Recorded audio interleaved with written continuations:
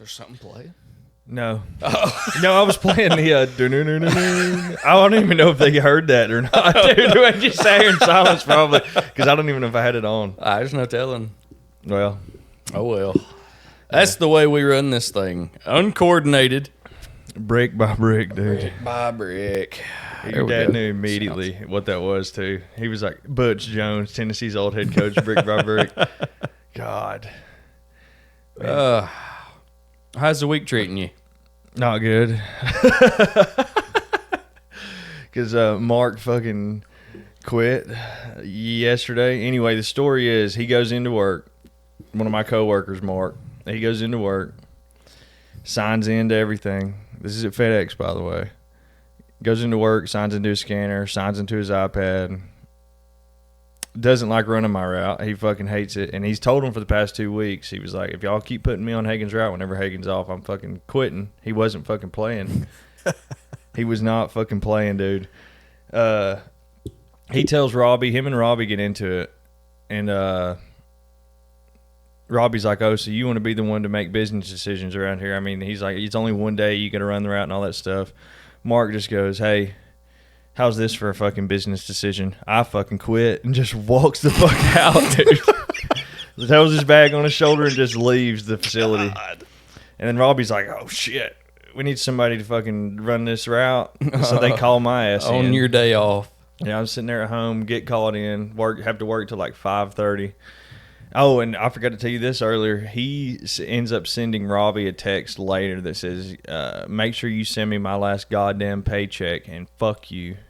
Damn. And over text. So he was ready to get out of there, apparently. Yeah, he's done with it.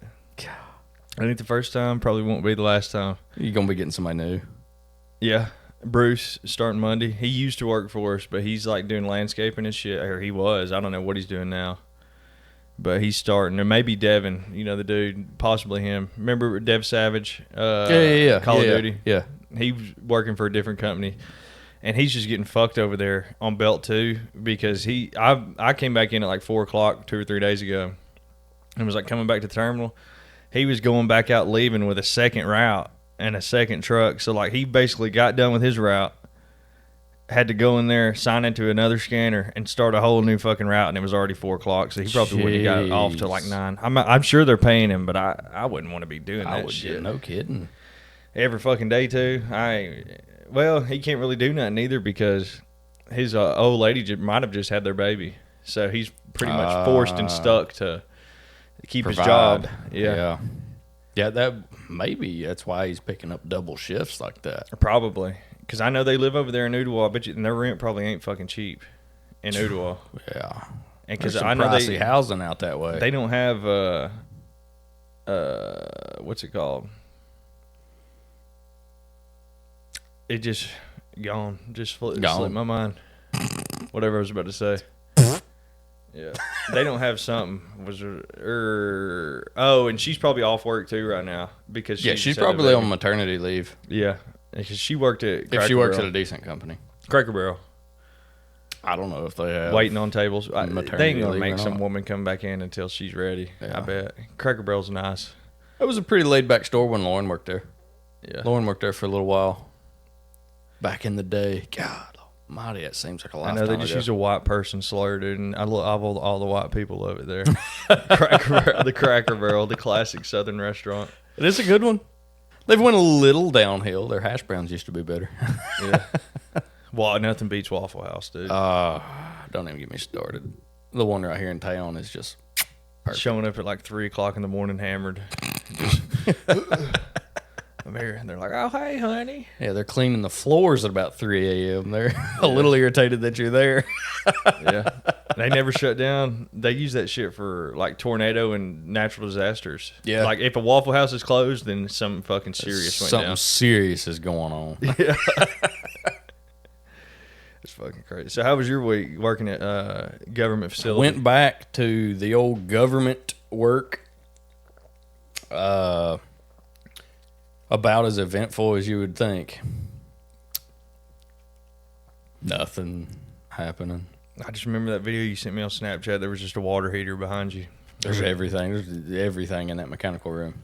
Yeah. But I went down there Monday, and it was like, there's nothing happening. So I met up with the electricians. We went over some drawings, and he was like, dude, this panel that y'all have, it confused me. It's fucking sideways. And I went, sideways? So like the enclosure that we put on the wall, it's just a big can with a hinge door on it. Inside of it's a back panel with all of our controller mounts and all the wires and all the good shit where the magic happens.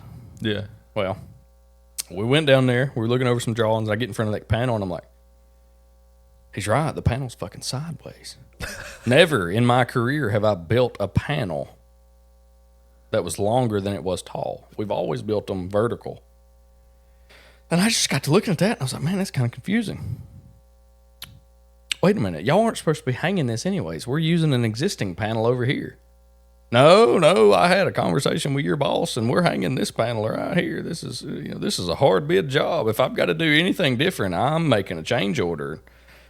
And I was like, okay. Oh, because it's TVA? No, this is actually Miller Electric. They're the electrical contractor down there on that job. And they were like, this is a hard bid job. We're not, I'm like, okay, all right. Hang the panel. I don't care. I'm going to call my boss, make sure y'all had that conversation. I smooth-brained it, never did call my boss. Oh, I got distracted cleaning and organizing. Now that I'm there, I got to upkeep where my stuff is. Yeah. Didn't think anything about it. Well, Tuesday morning, I'm sitting there, and I just started going through all my drawings, all the prints, all the wiring diagrams, and sure the fuck enough, every one of these panels is built fucking sideways. Why? I don't... So I've already... Let me back up a little bit. I've already built the panels and wired them up, like shop wired them. Mounted everything, put all my wires in, followed the diagrams, make sure everything where it needs to be. That way when I put it in the panel, all of the wires just go, just plug right in. Everything's controlled, everything's monitored, everything. I don't have to do anything else. I've already built the panels. They're in vertical formation. I'm starting to see these enclosures, and they're in horizontal orientation. Oh, motherfucker. I've never built a panel like that. We've always built them vertical. Yeah. Always. No, not this time.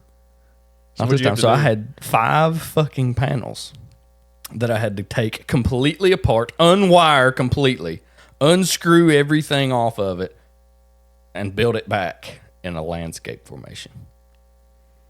Took 2 days. Took 2 days. How many panels were there? Tuesday, it was just 5. Okay. There were 7 total. We're using 2 existing panels. They had already stripped 2 of them. But I had to unstrip, just take everything off and turn the panel sideways and build it that way. 5 fucking panels. 2 days. Because a so motherfucker. 20 hours of work. Yeah. A motherfucker. I was standing there. I was finishing the last one. It's almost 5 o'clock Wednesday. Yeah, 5 o'clock Wednesday-ish. I'm building this panel. I'm getting it done. I'm still not going to finish before I got to get off. One of our guys walks in, Jeff. He makes some of our prints and stuff. And he was like, man, you got fucked on that one, didn't you? And I went, what? He's like, you got fucked. I was like, what do you mean I got fucked? He's like, we have never built a panel that was wider than it was tall. Well, dumbass up there ordered the wrong cans. So are you about to tell me y'all are going to have to redo this whole fucking thing? No, it's already done. I already fixed it.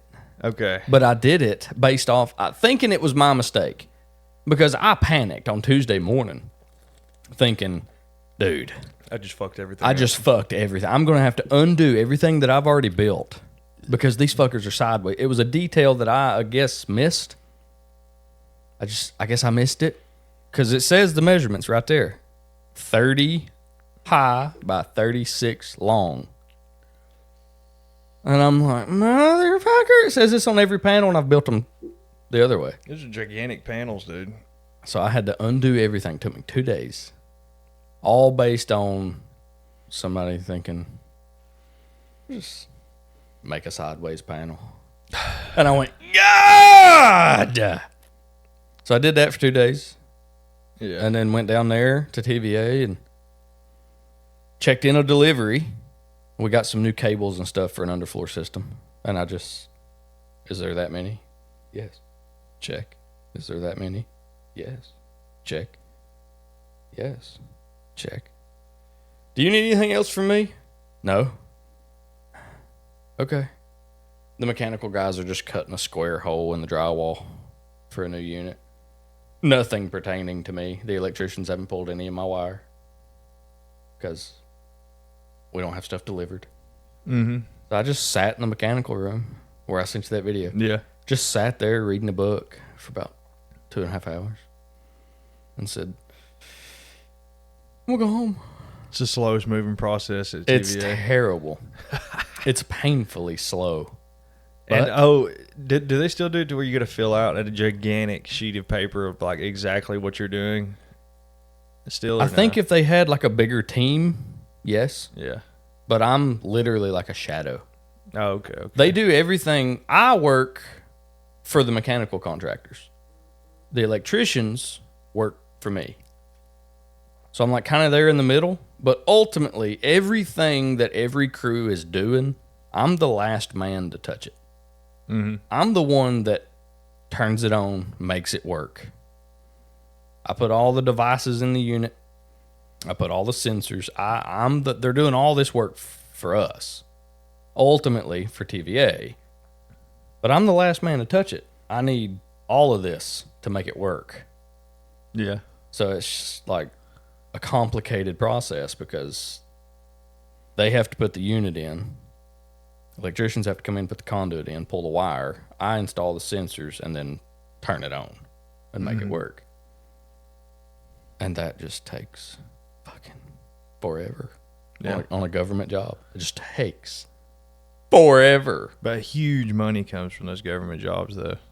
For the company. Yeah. For the company, I don't see anything extra. They're probably giving, dude, they're just giving you just as little as they can, probably. They're paying me my standard rate. And they're probably charging the rate for like 2 of me to be there. Yeah. They're probably charging somewhere around $55, $60 an hour for me to be there. Mm-hmm. But or like 100. I'm not seeing that. Yeah. You know, I don't get to see that. So they're probably making bank off of it. That's, you know, that's fine. That's fine. We just found out that a job that Grayson is working on right now, it's a government job. Everybody there's making scale pay. The electricians are making like $45 an hour right now working that job. But because we technically don't qualify as electricians, we got put into an other category. We don't get paid scale pay. Every other contractor there's getting paid scale pay. We don't. And it's like, oh, that's just some shit because the whole job ultimately boils down to us. Yeah. We're the ones that turn this shit on and make it work and actually make your building operate. Yeah. That's your air conditioning. The number one thing in any building. You don't want to have a faulty HVAC system. Yeah. Wouldn't you think that the HVAC guys are the most important people there? Yeah. You would. But we're not. Everybody hates us. Are they union? Are the electricians that are working on that job probably union? Probably. Yeah. That's probably why. Because the union strong arms these fucking people to get. Very possible. They're important. I didn't think about that. Yeah. The fact that you're a union probably pulls some weight. Yeah. We can join a union as control techs, but it's like, what's the point? I don't want to have to pay dues and all that shit. Like, yeah. And then just all, you know, you go start working for a union. It's like, oh, we're just going to lay you off for 2 months because we don't have anything. Like, that's what stopped me from going to IBEW. Yeah. I aced that test. Yeah. Aced that test. Went in there, aced it. And they called me like, bro, you got to come down here. You are absolutely, come on. Accepted 100%. Come on. You can I made it to year 2 in IBEW. I worked for the same company for 2 years, NABCO. Yeah. I worked a lot with NABCO. I worked for them for 2 years, and I made it to second year print because you know they make you go 5 fucking years to get all your hours in so you become a journeyman, and then you get your journeyman shit. You can basically go work anywhere across the country that there's IBEW. Yep. I made it 2 years, and I fucking hate union construction, dude. These motherfuckers, it's terrible. I hate to talk shit. But these motherfuckers are the fattest, laziest motherfuckers I've ever fucking worked with in my If you've got a desk with a computer on it and that computer is still plugged in, I can't work. You got to wait people. for somebody that's whose job it is to be taking that stuff out of the room to come unplug that. And remember, I was working at that. They called it Mustang, you know, down there in Bridgeport, Alabama, the gigantic, the Google project. Yes, dude. I worked down there for like 8 months, and it was 7 days a week. It was like 5 10s, 2 8s was what they did. But god damn, dude, it was and they making fucking money though. But they were fucking. You had to do the shit where you had to. It was those huge sheets of paper, and anything you did pre-job checklists, because it was such a big, I guess, job. You had to write down to the fucking minuscule things that you were doing, like everything that you were going to do. Then you could start work. A lot of that boils down to whoever they have hired. And people would sabotage that job hilariously. They would call OSHA to come down there and shit. They would what's it called? They would call OSHA. Somebody called in a bomb threat like twice while I worked there. Jesus. Now somebody called and just said, "I'm about to blow up this bathroom," to the police, and then they told them, "Oh, they're down there at the Mustang plant," basically saying they were going to take a huge shit in the fucking toilet. I'm going to blow up this. And the fucking police showed up, shut down the job for like 4 hours. They done that shit twice.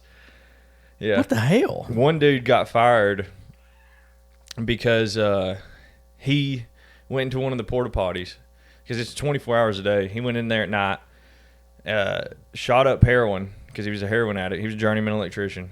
Shot up heroin, threw up, shit all over himself, passed out in the fucking porta potty. So everybody's like, "Where is this dude?" And they're like, "Oh, he went to the bathroom." So somebody went and looked. They're like, "Hey, you in there?" Had to end up opening the door. He's in there, needle still in his arm, passed out, shit all over down his fucking legs, and throw up all over his fucking stomach. And he was just in there, just wrecked.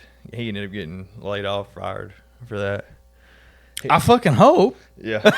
And then that asshole ended up getting everybody fucking drug tested on the whole job site. They were like, "You guys got 30 days to get every single one of y'all's employed," because there was multiple contractors there. Yeah. Like Lawson Electric, Nabco Electric, Adman was down there, White Electric, all that shit. I was a second year apprentice. I was only making 16 an hour. Damn. And I was working all those fucking hours. I couldn't even. Dude, this is what's fucked up. I'd work whatever 5 10s and 2 8s were. I wasn't even clearing $1,000 a week. Holy I'm like shit. 16. It was like 16.24 an hour. I wasn't even clearing and it was time and a half on Saturday, double time on Sundays. Oh, you were getting shafted on that overtime. Dude, it was double time Sunday. Anything over 40 hours, you're going to get yeah. double taxed. That, and the double time is probably retarded. This one dude, Steve Francis, said, he was like, "I've got it down to a science. You work half a day Saturday and work the whole day Sunday, and you actually make more on your check than you would if you just worked straight through the entire time." What the hell? So he would leave at lunch on Saturday every time because his paycheck would be bigger if he left at lunch because he wouldn't be getting taxed as much. Wow. He done those fucking calculations. That's how much Uncle Sam's just fucking They're everything just over. taking a piece of it every fucking time, ain't they? I wish Trump would hurry up with this fucking income tax cut. That, and ain't he trying to do something where you don't get taxed on overtime? Yeah. That's awesome. Yeah, he wants to take that. the tax off of overtime and make it to where you can't tax tips anymore. Yeah, I like that. That's huge. I wish he would hurry up fucking do it. But it's going to take probably 2 fucking years. Yeah, that, and then, my cousin told me to talk about this because my asshole health has been fucked up here since Monday. You got I had like hernia? No. Hemorrhoid? I've been having diarrhea.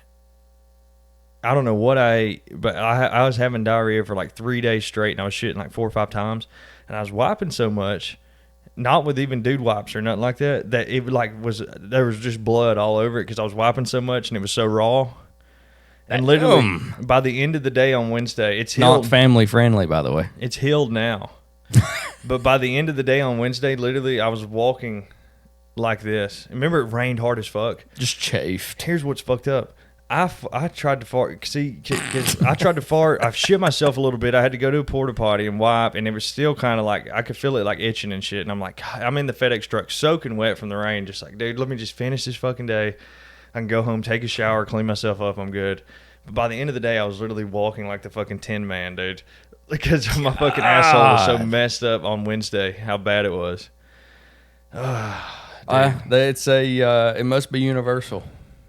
I don't know. Must be universal because I believe that I have given myself a fucking hemorrhoid. Dude, how long do you sit on the toilet though? Whenever you take I don't a shit? sit on the toilet very long. I go in there, I paint the bowl, and I fucking leave.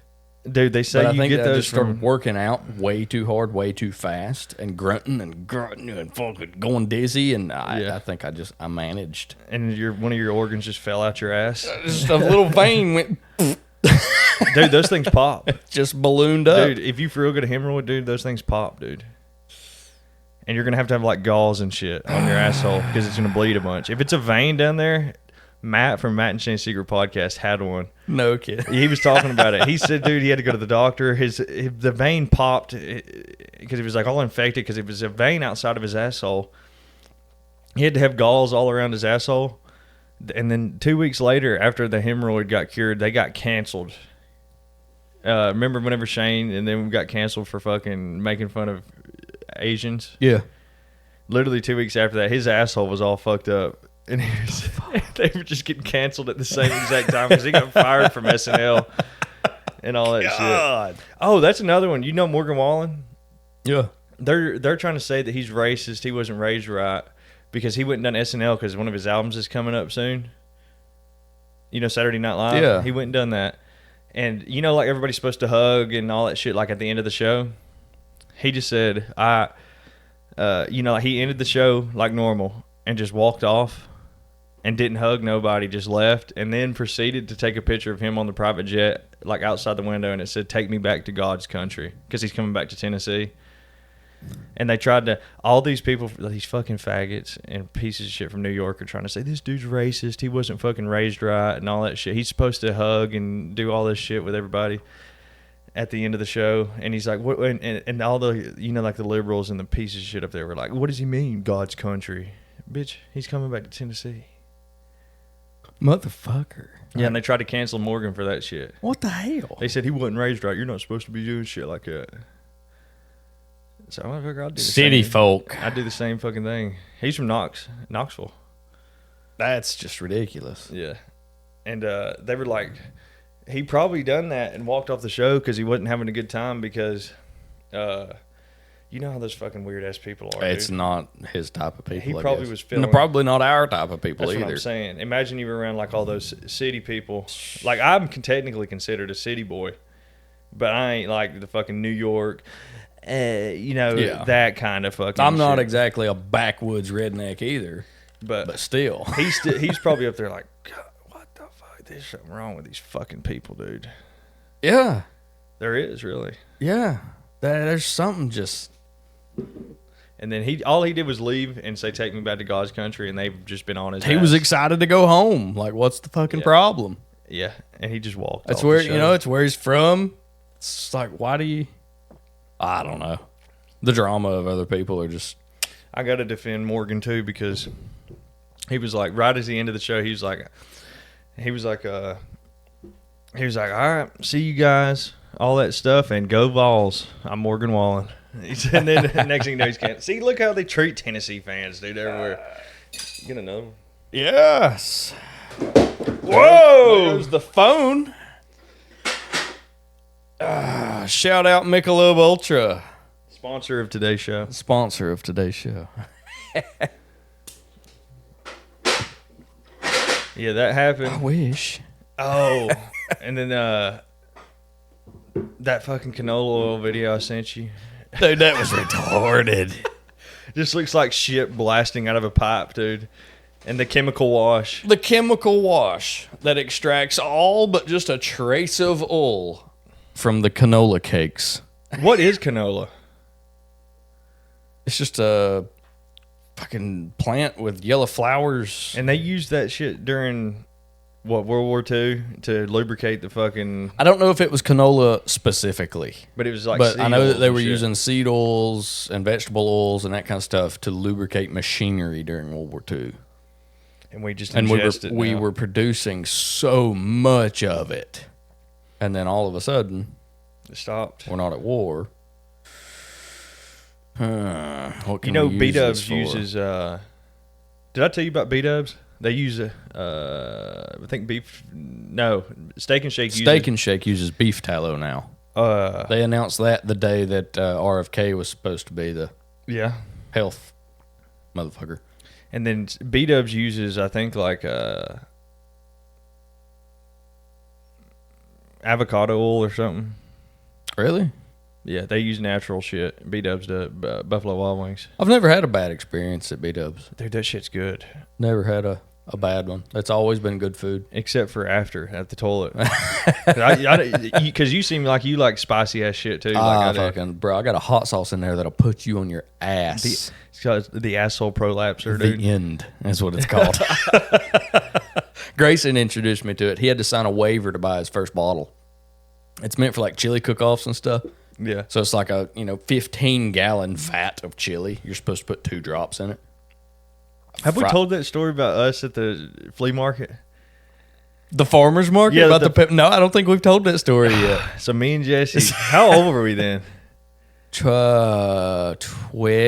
13? 12, 13? Dude, we get 2 Carolina Reapers.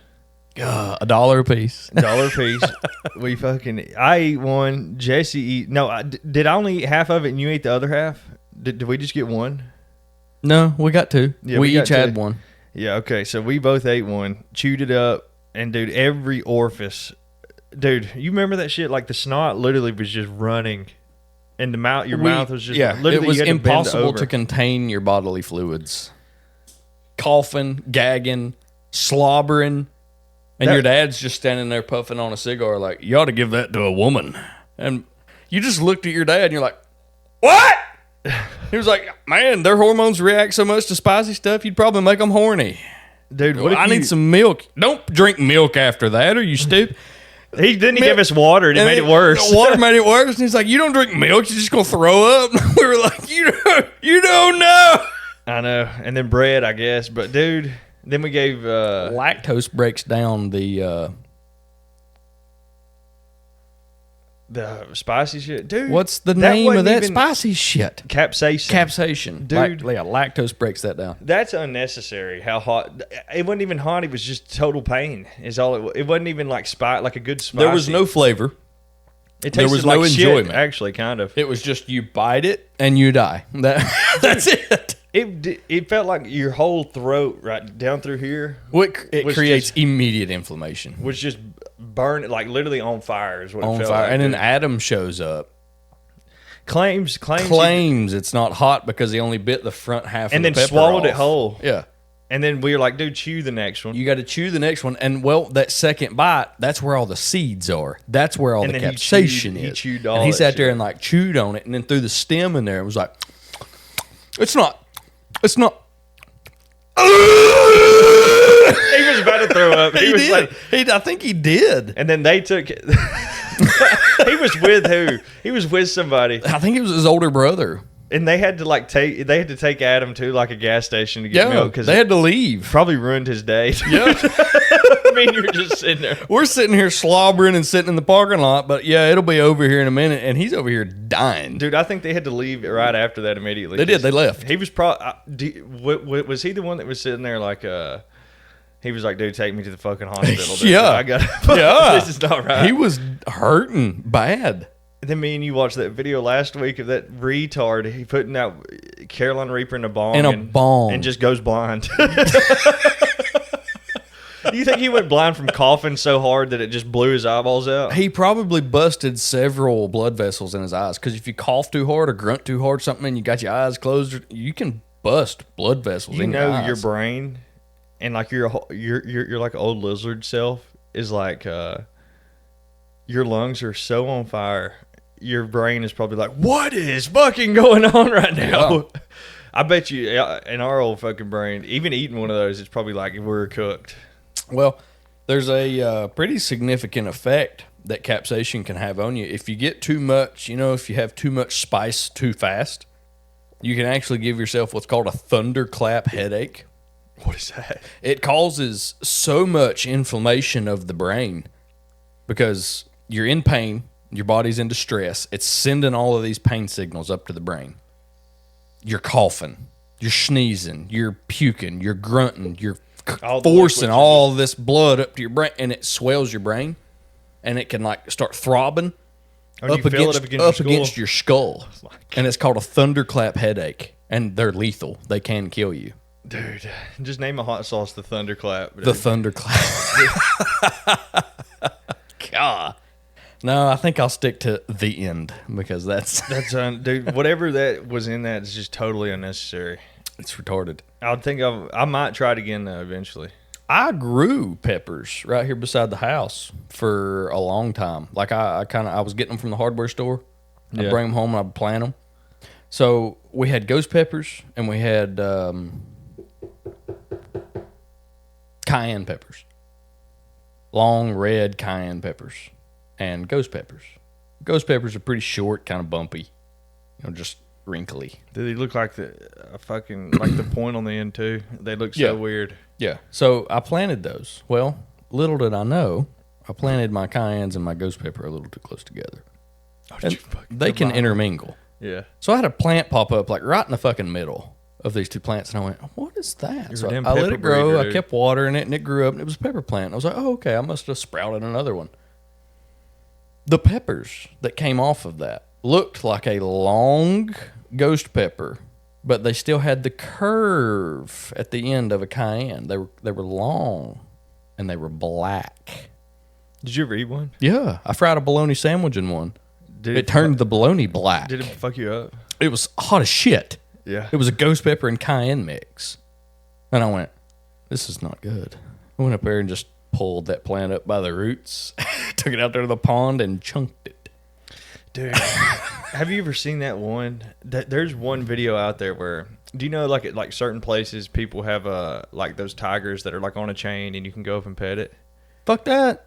Dude, I'm not petting a tiger. No, I'm saying this dude put like a piece of meat, and he put a fucking, I guess a fucking Carolina Reaper in it, and threw it to the fucking lion, dude, and that fucking lion about broke the fucking chain and killed everybody in there because it was shit. fucking going crazy after it ate that. I can fucking imagine. Yeah, God. just pissed. You don't fuck with tigers. It's like that pissed that story I dude just off. heard on Joe Rogan the other day about those two kids throwing pine cones at that tiger, and they only had a 12-foot fence. Well, guess how fucking high a tiger can jump? 14 foot. And it went up there And it went over there and mauled that kid. Found the kid in like the food court and mauled that kid. Didn't kill him. Yeah.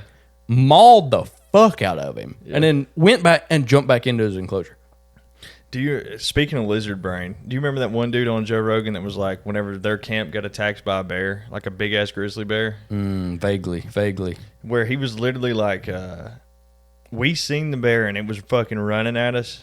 Like last second they seen it. He was like, literally, you look over, and all your brain disappears, and all it is, it's literally just lizard brain. It's like objective survive in your That's brain. your fight or flight. He jumped up, was on the bear's back. Somebody fucking shot it. He was off the bear. The bear fucking ran off, and he was like, literally, your brain just went back to base instincts, just nothing like fight or flight, survival. Do it now. I feel that shit, dude. You know, like adrenaline pumping is like I don't think that an adrenaline hit is the same as fight or flight. dude. I'm talking about like. I had a dog, like if you're, like say if I'm delivering a box, and this has happened 2 or 3 times, and you can feel your body's different after it. Like a dog will come out of nowhere, and while you're walking up and you're like, oh shit, and then you fucking run back to the truck, and like while you're back in the truck, you could feel it. Yeah, you got an adrenaline And you're hit. like, oh shit, either that dog was about to get fucked up, or I was just gonna fucking run off. I can't say that I've ever experienced a true fight or flight experience. Yeah. Because that amount of adrenaline that seems wild to me. I've had adrenaline hits, of course everybody has. Mm-hmm. But a true fight or flight moment. And that shit's It's like your life body or basically. death. That's your body's basically like whole objective survive. We're sending full force. We're sending all the Everything chemicals in here that here. are. We're sending you all the Here. chemicals in here to fucking survive. That's what an EpiPen is. Like if I were to eat I think that's what they say an EpiPen is. If you were to touch grass. If a legume is my number one enemy. A dude. legume. Fucking peanut. Like if I were to, I guess that's what are in EpiPens, because they say if I were to eat one and you shoot me in the leg with one of those EpiPens or whatever, Yeah. you're just good until you make it to a hospital. Because I think it just opens your either that or it's something that just reduces all inflammation in your body, which I don't know how that's possible. But because everybody that's like allergic to something like a bee or something always has an EpiPen on. EpiPen. Yeah, I don't know. I've always known they've existed. I've just never actually researched what's in them, what's it for, what's it do. I think they fire you up, and they look a lot like the stim shot in Call of Duty. And ain't that just pure adrenaline? Just yeah. Huh. I never thought about that. And I need to do more research on EpiPen. Those EpiPens look exactly like a stim shot. So stim shot, make you run faster, move faster, do everything faster. Getting that fucking hit of adrenaline, dude. Just avoid the peanut. I had one recently, about 2 years ago, where I was drunk, and we ordered Panda Express. Yeah. And I didn't have an EpiPen or nothing. I just took 2 Benadryls and was good. Well, but I think as you get older, you're exposed to a little bit more traces of peanuts. Like something similar. Has this affected you? What? The pollen this year. Because I'm good. I've had like one day where I had some like sticky boogers but that was it. I'm good. I've not been feeling down. I've not had a headache. I've not been stuffy. I've not been sneezing. Nothing. Usually I've had to. My eyes are swollen. Yeah, my eyes are swollen. I can't breathe out my nose. Sinus infections. Yeah. Yeah. But now I'm. Yes, baby.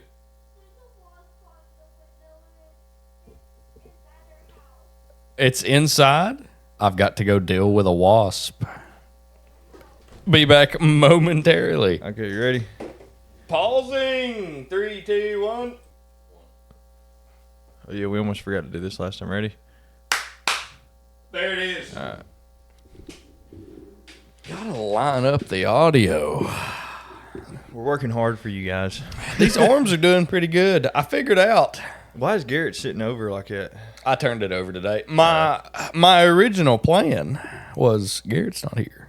Mm-hmm. Let me just face reveal. I'll sit across from you. No, you gotta wait. And then I've had 3 people already ask me, why don't Jesse ever, because they have never seen you. They're like, why don't Jesse ever show his face? 3 people have asked me that, and I'm like, he's waiting, dude. He ain't going to be able to see wait. Him. And they're like, I've tried to look him up and everything. I'm like, he ain't on nothing. You ain't going to find him. The goal is complete. I don't exist, and that's what I wanted. But yeah, I thought about it. I was like, man, I got the chair ready. I put the coaster on the table. So my beer's there. I'm going to sit right there and be like, hello? But I didn't. Yeah. I come back in here and you pulled in the driveway and I looked at that chair and went, it's not time. It ain't, dude, you got to wait for a long, dude. It's not time. Wait till it like blows up or try to. Dude, and I was sitting here going like, oh, I was going to make TikTok clips of this week. It ain't even going to be hard because I was just going to take random clips, not even edit them, just post them and just put like all the hashtags and shit and just put our links in it. Like just us randomly talking, just put like 10 different clips of it. And I just haven't done it.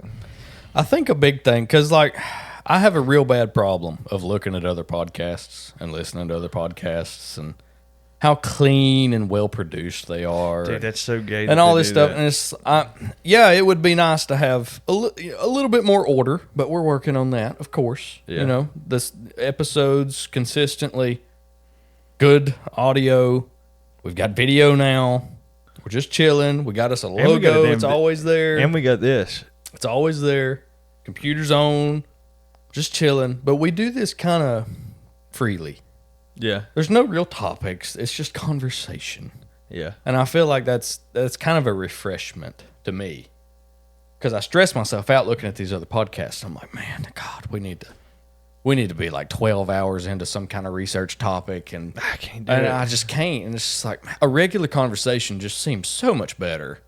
Yeah, then just so much better. Going into all this shit. Main problem is I listen to Joe Rogan. But he's just regular. He's the number one podcast in the world, so he has the ability to have people on that are interesting. But he's been doing it for so long.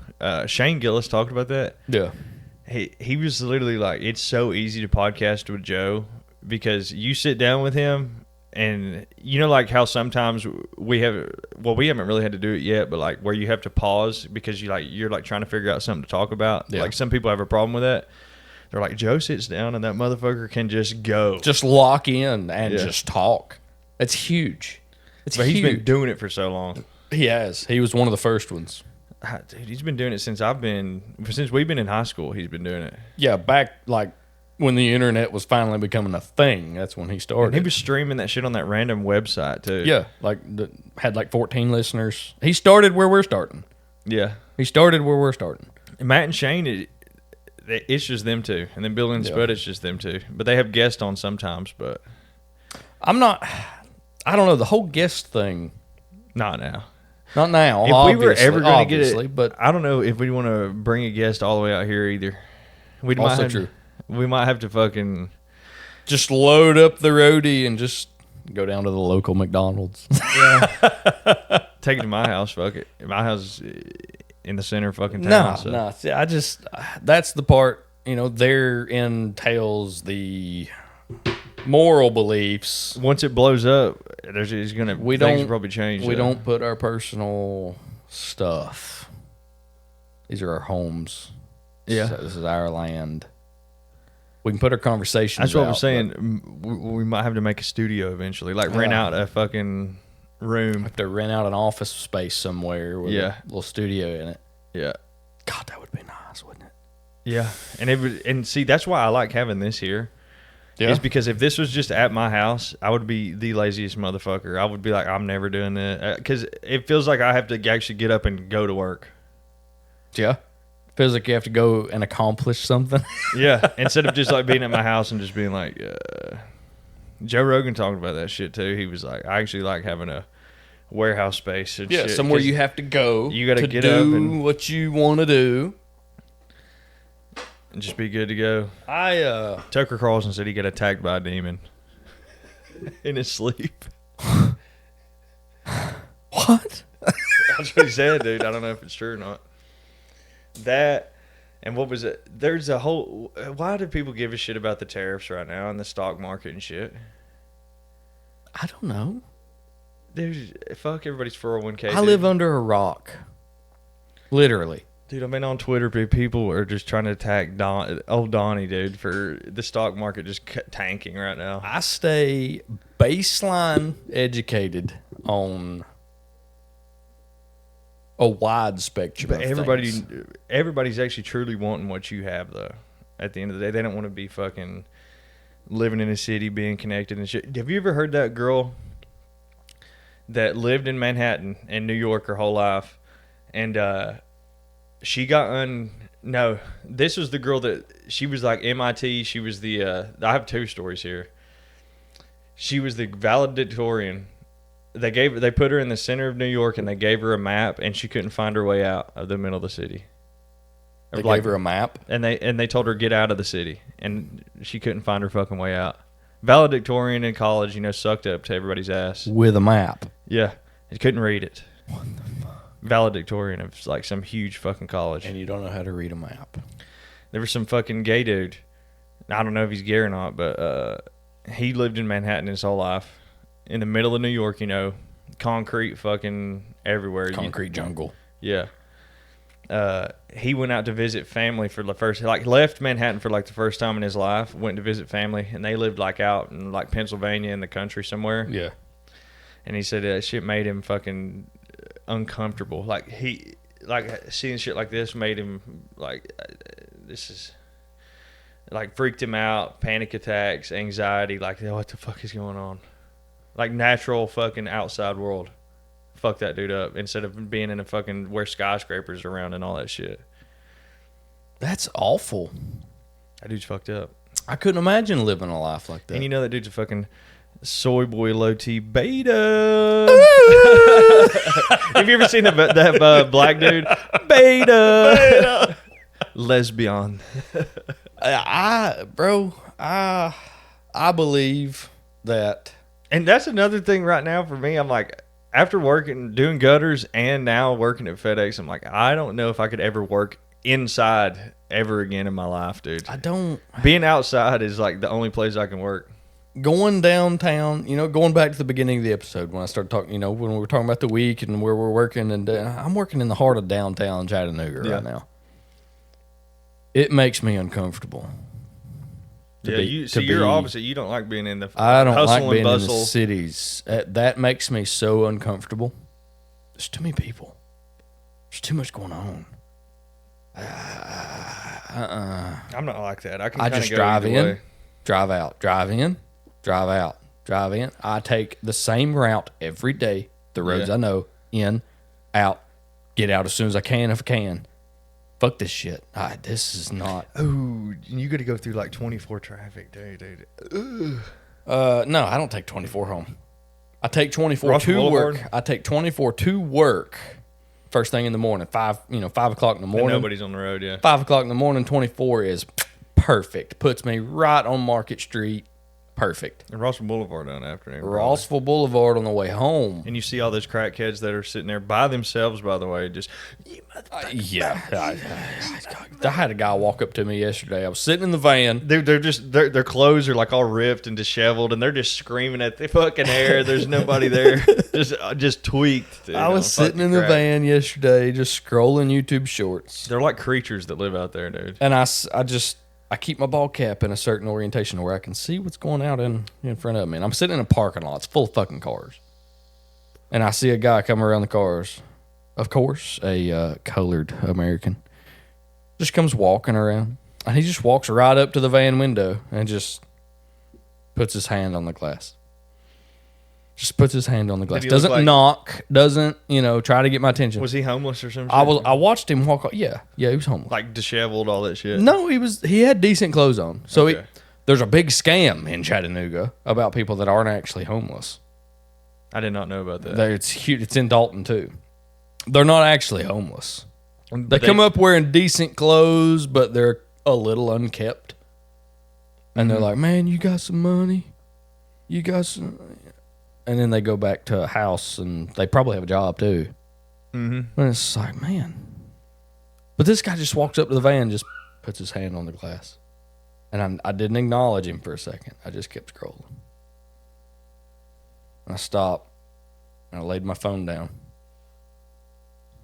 Rolled the window down. Is your heart And pumping a little bit going, what the a little fuck's bit. going on in A here? little bit. I was tuning in. Like, what?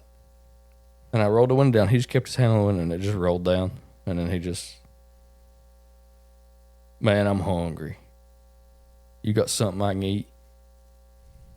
And I just reached over, opened my lunchbox, grabbed a bottle of hot sauce, and went, "That's all I got." "You got any money?" And I went, "Who carries cash? Yeah. Who carries cash? Nobody carries cash. Everybody's got a debit card. You want me to hand me let me hand me my debit card. Here, take it. Yeah, fuck you." And I said, "You know what?" I said, "Man, I don't know. Let me look. Let me be a nice person. Let me, try to help at least. Let me look."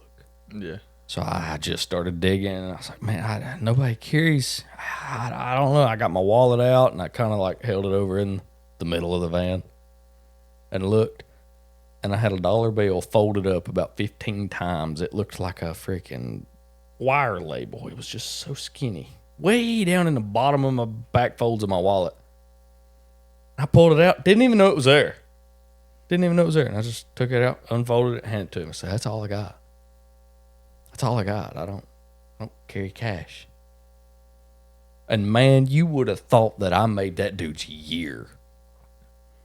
He was so happy. "Man, that's a dollar.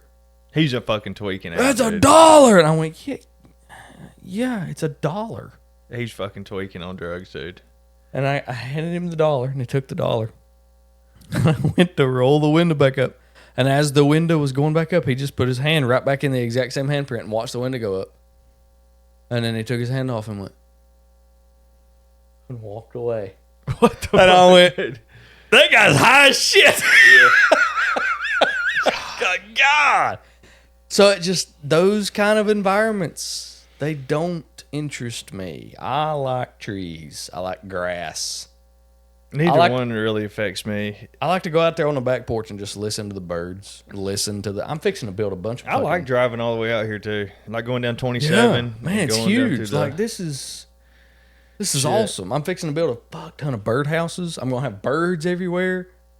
That's what I want. I want birdhouses. I want bird feeders, bird washes. Or what's it called? Bird bath. Bird bath. Duh. Should have remembered that. The hummingbird feeders. I'm gonna put hummingbird feeders up. Regular bird. I've got a bird right now on the front porch. She's building her nest and laying eggs. She's got eggs in there right now. It's a little food bluebird. out to the squirrels. My dad does that shit. Fuck the squirrels.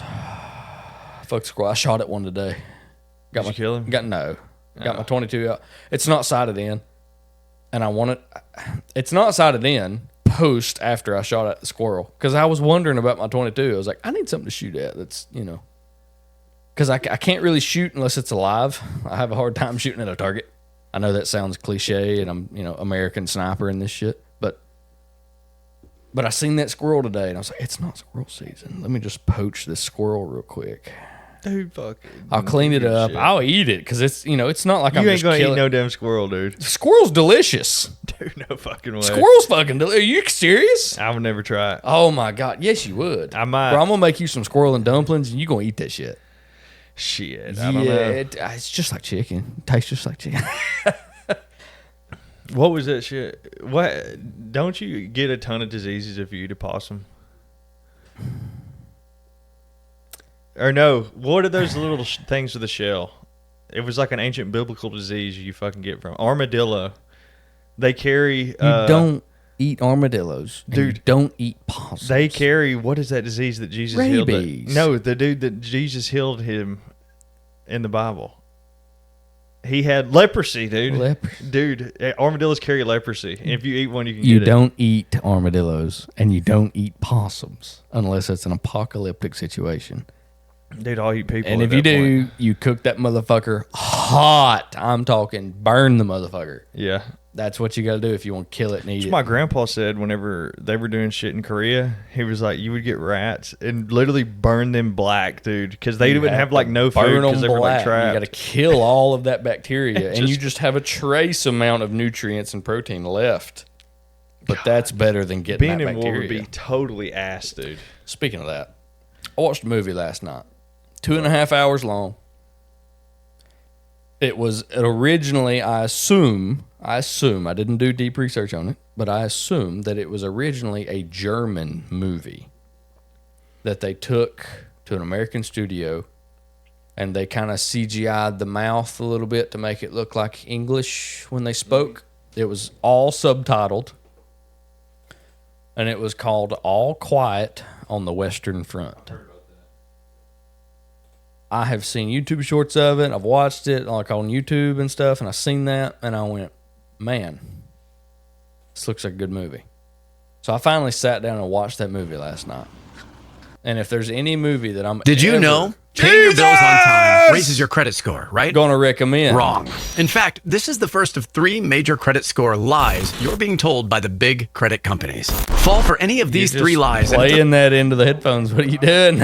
And I'm like, who do you think, like, someone knocks on the door? That's what. This is a dramatic change of topic. That is, and what do you think?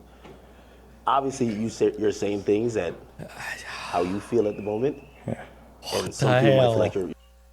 I was on a topic, and what is that? Anyway, you said it was a German movie, so it reminded me of the Kanye West. He's got the floated out Nazi chain.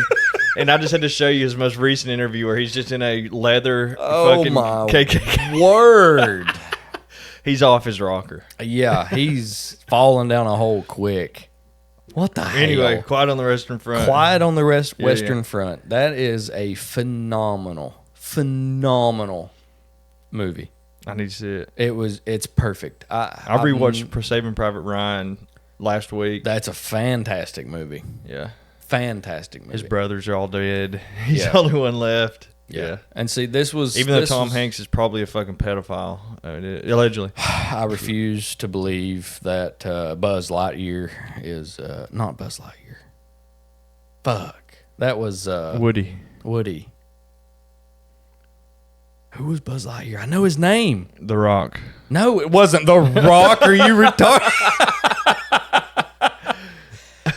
No, his name is right there on Tom Hanks. No, it's not Tom Hanks. Tom Hanks plays Woody. I don't What know. is his dude. name? Look He it has up. the home improvement show. He's got. I know exactly who you're talking about. Bill? No, it ain't Bill. It might be Bill. No, it's not Bill. Hang on. Tom. No. Tim.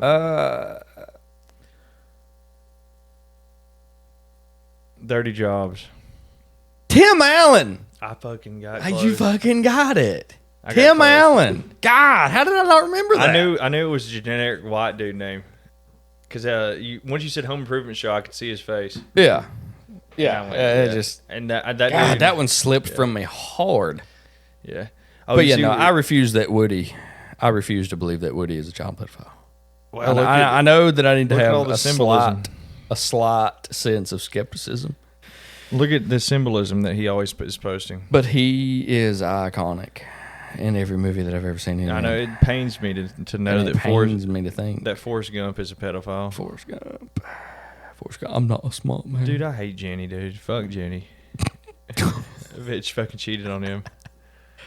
Bro, that was back during the MK Ultra days, though. Everybody was getting spoofed. Just like acid, LSD, everything. Everybody was just having a great time. You think they actually disbanded MK Ultra, dude? They're probably still doing that shit now. Well, the big MK Ultra they just done recently was COVID. If the government tells you that they've disbanded a program, It's a they lie. just took it off the public register. That's all they did. Yeah. They took off that remote viewing shit.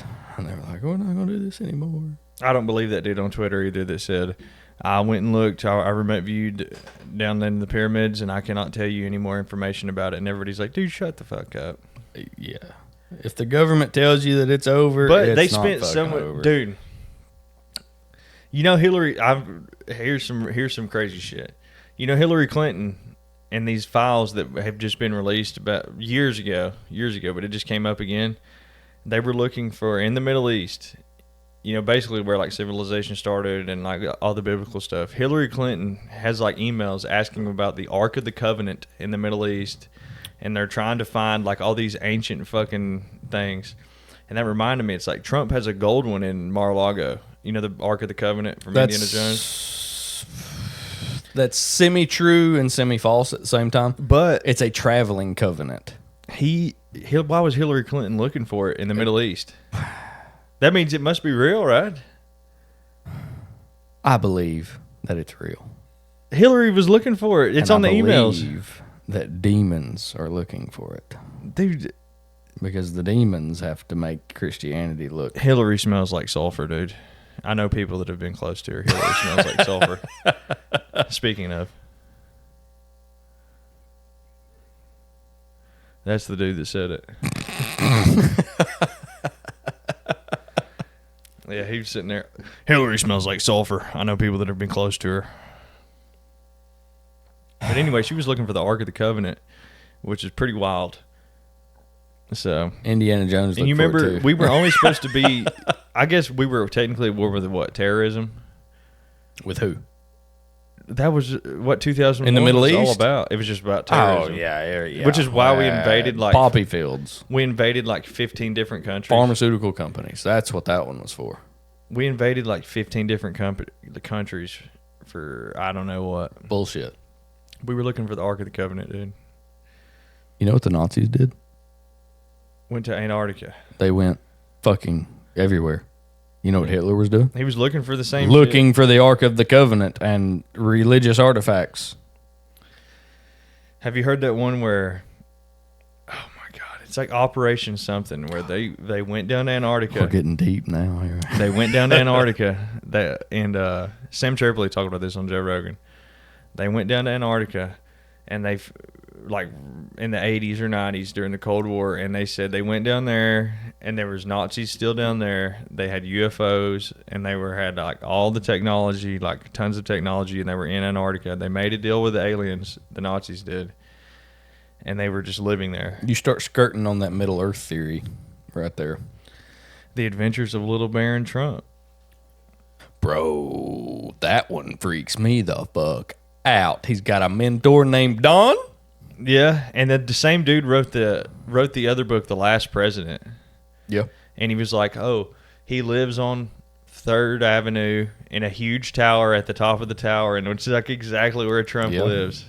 And the book's called The Last President. The Last President. But The Adventures of Baron Trump. That. And his dad and his mentor was the one that gave him like the ability to time travel and like all that shit. And then Trump's uncle was one of the people that went and raided Nikola Tesla's laboratory. And supposedly there was all these trunks in Nikola Tesla's laboratory, and supposedly Trump's uncle was one of them that got to keep one of the gigantic trunks. And I wonder. And it supposedly he has a book, and I wonder if they took that, made a time machine, because I didn't really believe that one, until Trump got shot, and I was like, he's a fucking time traveler, dude. You don't just get shot in the ear perfectly like that, dude. That is the biggest fucking fluke of all time. If that's just a random event, like that's one in a quadrillion, dude. Yeah, there's like no huge chance that ever happens. And then he went in the adventure. That's where he was going to meet the lizards in Middle Earth, the adventures of Little Baron Trump. He went all the way out to Siberia in the mountains. That's what that book's about. And supposedly there's an entrance in Siberia. What was that pilot's name that flew the little plane? The little...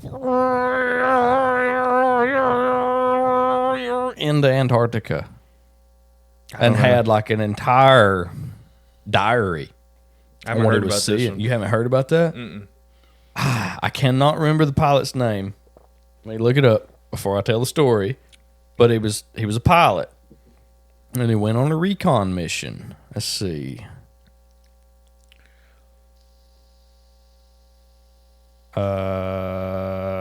Richard E. Byrd was his name. And that book came out in like 1899, didn't it? 1926. The Adventures of Baron Trump? I have no idea when that came out. Like the 1800s. That dude was on to something.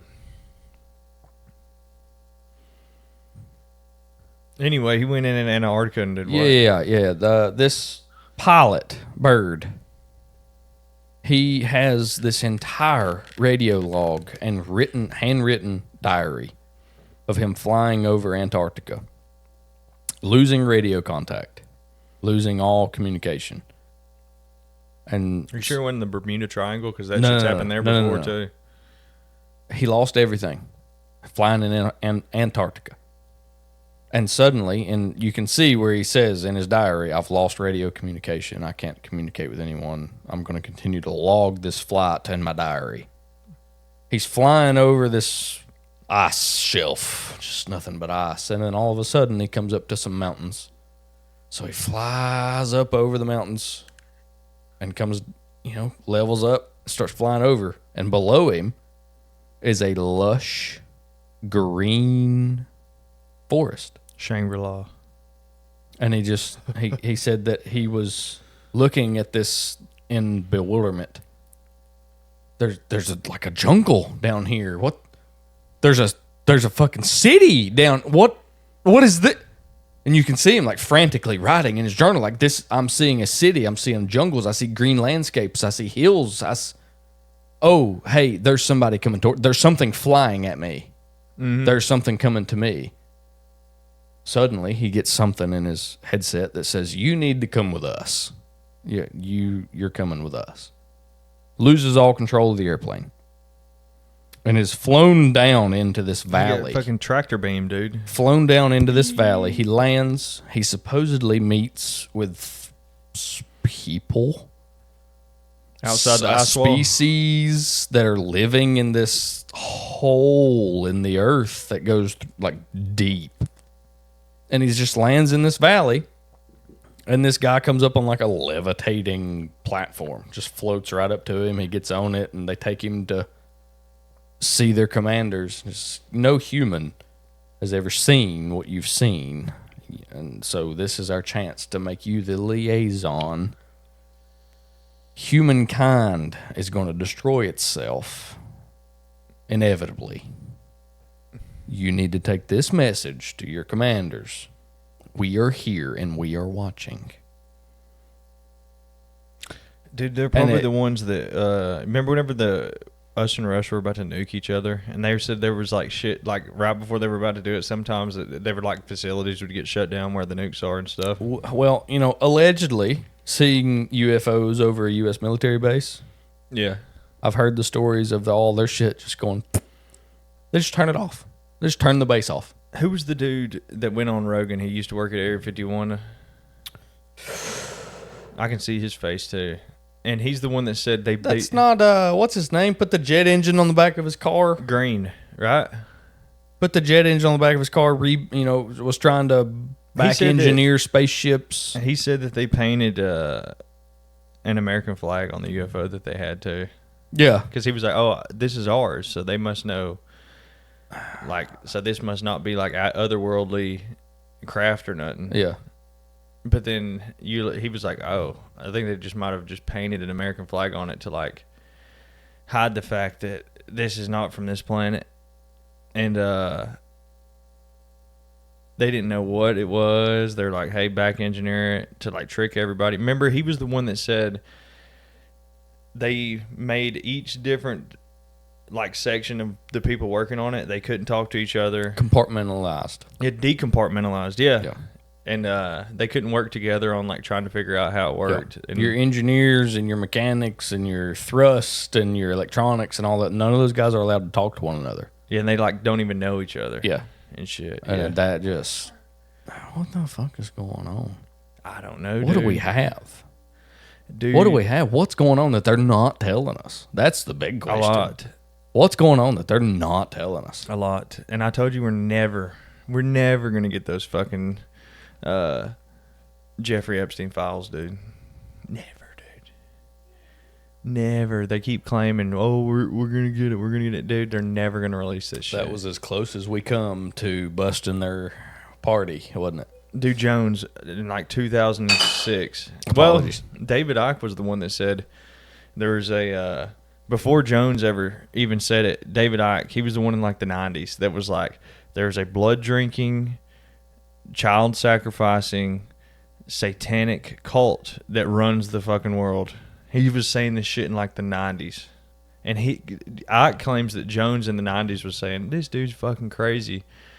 Then 5-10 years later, Jones is saying all the same shit that David Icke is saying. Because I guess he went and done his research and was like, holy shit. Because we really dug deep into Bohemian Grove and shit like that either, which is like, you always talk about shit being a satanic cult and all that shit, and I totally agree with you, but I like know a lot of the information about it, with like the Bohemian Grove, they're sacrificing a child basically, but it's like a bundle of sticks, a faggot. Symbolically. To an owl god. Seriously, dude, there's a gigantic owl in the fucking woods, and all the fucking most elite people in the world go there. You remember that quote from Nixon too about it, where he's like, I don't go down there to the Bohemian Grove because it's the most faggy shit you've ever fucking been to, because they're all having sex with each other, bathing in feces, sacrificing shit to an owl god, and all that shit's fucking satanic. Sounds like a fucking Friday night. Dude, God almighty. I remember being like 12, 13. YouTube used to be so good, dude. Do you remember going back on YouTube before they tried to like clean it up, and you would see all those videos about Freemasons, the 33 degrees of masonry, dude, and like all that shit on YouTube. And then I remember Jones, I remember working at Papa John's. I was like 16 whenever this happened. Sandy Hook happened. That was a catastrophe. Jones was still on YouTube, and I loved watching Jones on YouTube. And then Sandy Hook happened. Next thing you know, dude, Jones was no longer on YouTube after Sandy Hook happened, dude. Well, he denied the entire thing. Dude, I can see both sides of that fence. but honestly, did you hear his apology? Was like, dude, I was drinking a lot and I was on Adderall because I was, and if you're actually around this shit all day, and and he was the one that broke into Bohemian Grove, running on fumes, and he was the one that broke into Bohemian Grove, so he's seen it, and he's like, this might not be fucking real, because at that point, especially if you're on Adderall, which is meth, you're probably extremely fucking paranoid. And if you're yeah. and if you're drinking, you remember whenever he was on Rogan and he drank literally like a half a bottle of that whiskey. Like he was like, Yeah. and he was like, this is just apple cider. This is Hollywood, folks. And he was hammered by the end of it. Shit. But I was sitting there going, dude, you fucking he was a fucking paranoid as shit at that time. He was just, and he apologized about it. I think they wanted to get, and you know as well as I do, they wanted to get rid of him because he was too close to the fucking flame, dude. He was like on their ass, and he's still on their ass to this day.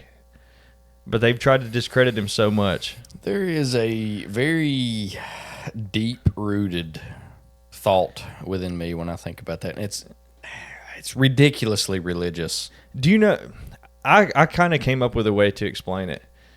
Do you know whenever you hear something, like say it's Jones or Rogan or something like that, and you know it's genuine, and you know there's like a vibration to the truth. You know whenever somebody's telling the truth, and you know when something's like, you're like, I don't know about that. That's bullshit. Yeah. Whenever you hear Jones, you're like, this. To me, I'm like, this is the truth. If He's it's like relaying his gut instinct, and gut instincts are universal. it's like a truth vibration. Yeah. You're like, I don't think this dude's bullshitting me. Yeah. But whenever you listen to like CNN and shit, you're like, this is, and seeing even Fox News too, even like all these main ones, you're like, this isn't real. Therein lies the delicate balance between being able to figure out who tells the truth and who's a really, really good liar. Yeah. Because if somebody's a really, really, really good liar, they can make that feel like the truth. But So that's what you have to acknowledge. I was just talking about like the vibration of it. You're Yeah. like, you know whenever you're being listening fed to something bullshit. and Jones is like breaking down some story that's going on, and you're like, he's like, oh, Joe Biden's shitting his pants, and then he shows you the video. You're like, in the White House just shitting in his pants. and he bends over and he just blasts shit out of his ass, and you're like, dude, that dude's not bullshitting. That's the fucking truth. Yeah. And then you get somebody on here like The View or Rachel Maddow that's like, so and so trans need to be in sports It's just and all that. noise. And you're like, dude, that's just not like white static and the. And then they always try to discredit. There's like a truth vibration. I'm telling you.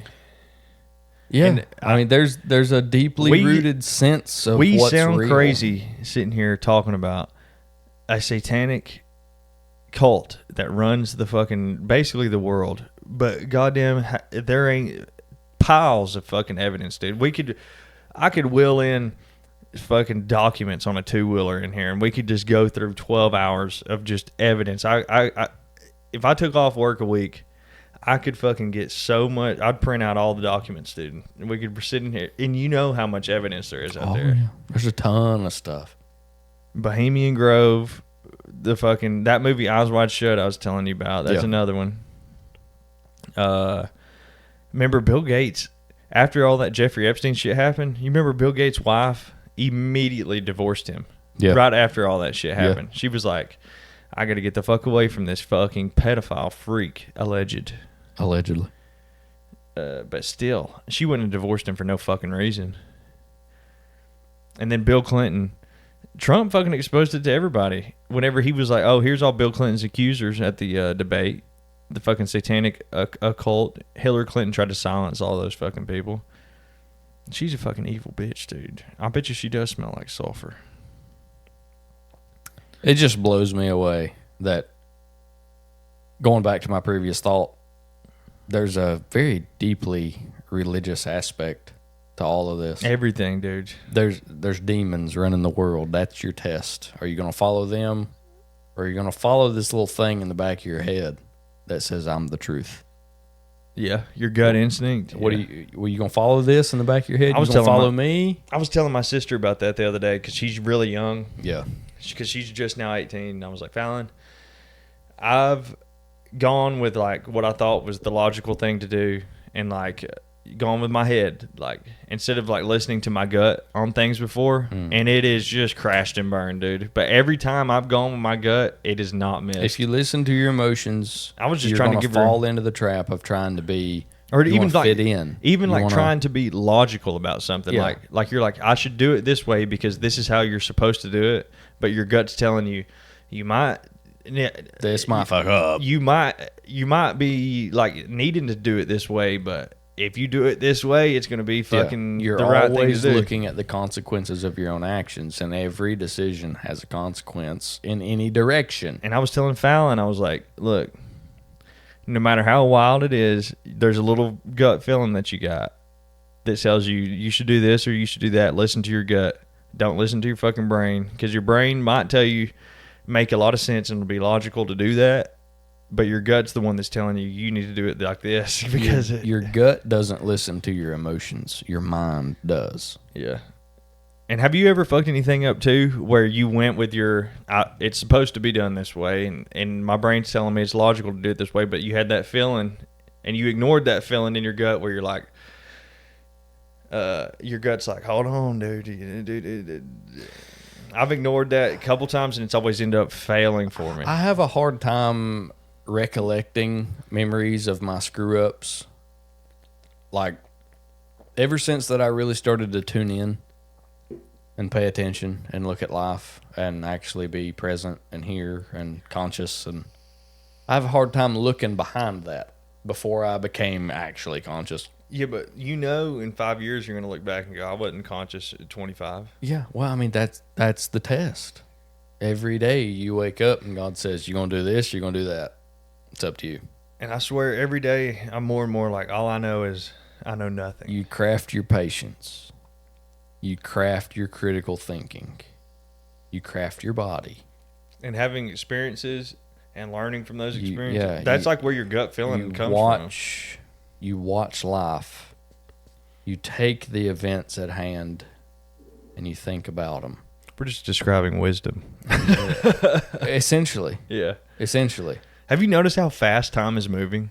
It's insane. It's getting like worse every year, It's dude. insane. It's I like can't April. fucking stand it. Holy shit. It's like, bro, oh my God. Dude, we're going to be geezed in no time. Stop moving. So quick. Dude, remember how slow days used to be fucking back in like high school and shit? How slow it used to be? A day used to be, I can remember having I can remember New Year's like it was, like New Year's feels like it was yesterday for 2025, does it not? Yeah. Like now we're already 4 months in, dude. The weather's fucking changing all this year. Like, holy shit, it's fucking. It's here. And then you think about how old our parents are. How fast do you think it starts going for them, dude? You think years just feel like fucking days, probably at that point. I just had a 6-year-old's birthday party. I know. I can't believe she's 6. God almighty. Just blows me away. Yeah. Just 6 years I have been in the meat grinder, just trying to make sure that I maintain my own patience, my own discipline, my own going to work every fucking day, making sure everything's taken care of. Just every day. And that gets tiring. Yeah. But that's the test. If you're going to do, just like God says, make a big family. Make a big family. Because the more responsibilities you have, the better. Speaking of responsibilities, I was just thinking too, it's like, I might be just 25, but speaking of that dude Mark that just quit, walked the fuck out. Yeah. I'm like, dude, that dude's like, I'm probably almost 40. He's like 35, 30. I'm like, at a certain Is point. he married? Yes, and has 7 baby mamas. Oh, okay. Well, shit. Tattoo on his face. You're on a different plane of existence at that point. Yeah, he's 7 different baby mamas, 8 kids. Yeah, you're on a completely different lifestyle. He's listening to his mind and not his gut. He's the Bohemian Grove motherfucker. He's the demon. Yeah, he is. Yeah. He's the demon. He's living He was on, purely on his own pleasure, his own impulses. He his was on own meth for like 15 years too before he came to work for us. you can overcome it. Sure, that's fine. But I'm just talking about like responsibility and just being like, look, you know what you're supposed to do. Don't just fucking quit your goddamn job and shit. I've quit jobs before though, but I was under 20. I've done like Fazoli's. I got fired from there though. fuck Fazoli. Good breadsticks though. Walked out of worked at Provino's for 2 weeks and just left. About burned that place down, dude. I just left.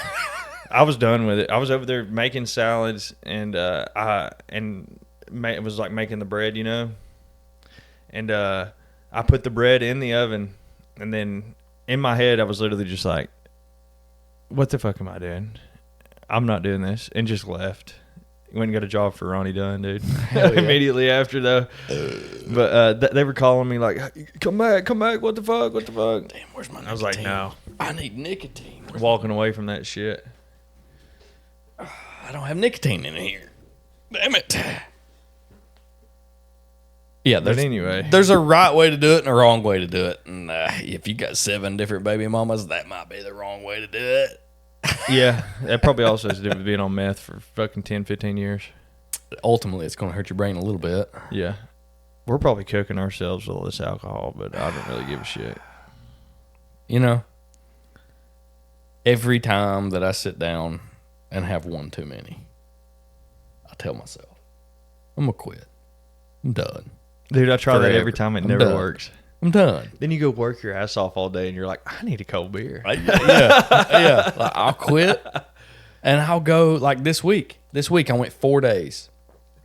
4 days. You're no better alcohol. than me. Because most I've went, remember I told you, I said, I'm going to try to go till Friday. Yeah.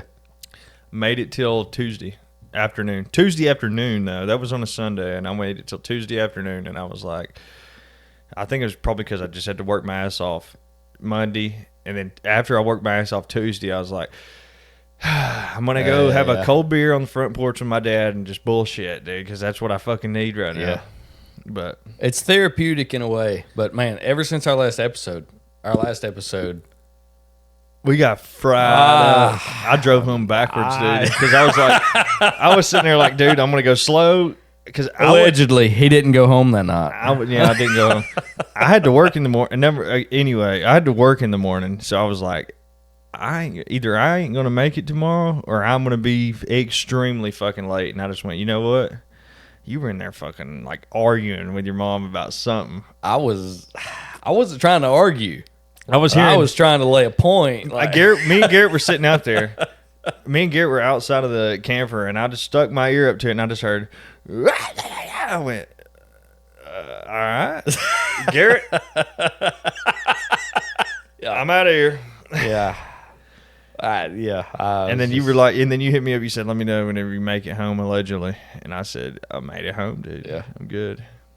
Well, I was just poking and prodding, and figuring out my parents. Yeah, Of course, my dad's just kind of wandering around the camper and picking up stuff and throwing stuff in the garbage. dude, we talked to them for a fucking. He would just minute. occasionally, I'm sitting here talking to my mother, and I would see my dad walk behind my mother. I'm eye contact with my mother, and my dad would just kind of stop and like stand in the corner for a second, and I would kind of glance over at him, and he'd be standing there like, "Oh, was he twisted too?" "Yeah." It was just like, I really wish you would shut the fuck up. I got to go home with this one, and he would just walk away. Give me another one. Michelob Ultra. Sponsor, please. I'm gonna call them. I was like, "Hey, you want to sponsor our podcast?" Just sponsor us. We're just sitting here talking shit. We're just hollering. But yeah. Ever since last episode, I was like, bro, I need to quit. I need to quit drinking. I need to lock the fuck in. And it's just like, I come home from work Thursday, and I'm like, I need a fucking beer. Yeah. I need a beer. Like, I went all day Sunday. I worked out for like 5 hours on Sunday. It was ridiculous. Just sitting here watching movies, standing right here, just working out, using my bands, using my weights, just like forever. Made it through that day.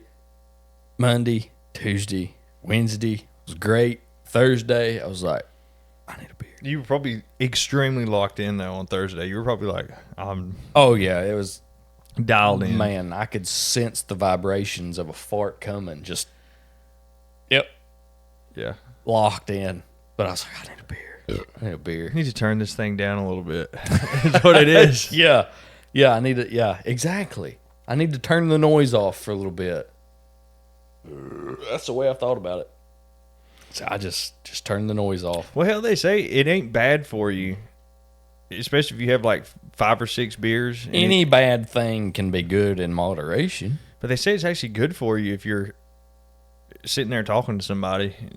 Because it's almost. It's a phenomenal mental Scotty was telling me about that. antidepressant. I know Scotty it's a depressant, but My cousin was telling me about that. She was like, it's almost like therapy whenever you're sitting here talking to people about like every fucking thing that's going on, and you're drinking and then smoking all that bullshit, and you're just sitting here just like, oh, You get to bullshit. loosen up, take a little bit of poison and loosen up a little bit.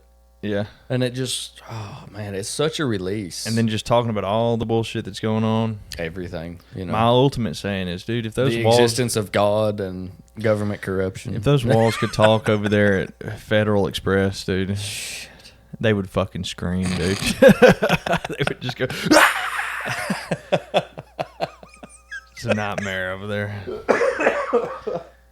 You just walk in, your whole truck's just blown out of the water, dude, out of the fucking back, dude. I couldn't Just like, imagine. Just showing up hungover as shit, just another day. Just another day in the hole. Yep.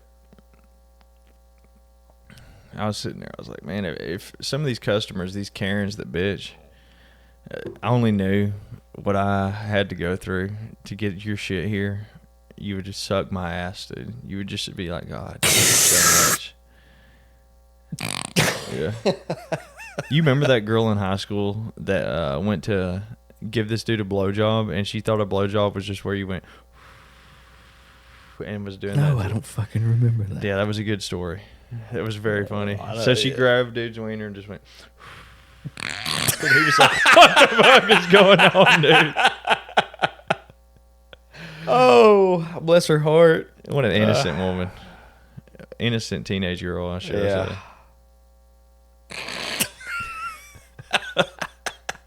That's awful.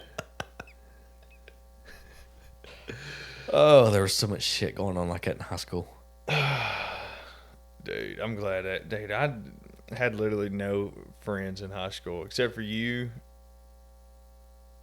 And basically that was it. You were that, and then I was like on the cross country team. But I wasn't really, I've still got that yearbook photo of you just. After I graduated, I have not talked to nobody except for like you. I've talked to Lavarius just because you still stayed in contact with him. Occasionally. Yeah. Occasionally I talk to Lavarius. And then that's basically it. Yeah. I don't know nobody else from there. I hate to say it. Look, I'm from fucking Fort Oglethorpe, dude. These motherfuckers from Heritage, dude. They're such fucking, like, they're too. There goes your competition. UPS in my dad's driveway. They're too stuck. Dude, to me, I hate to talk shit about them, but they feel way too stuck up and, like, highfalutin for me. They're stuck in their own bubble. Like their shit don't stink. That's why I think I never got along with anybody over there. We were raised in a certain way. Just like, here's the mainstream, the way most people are right here.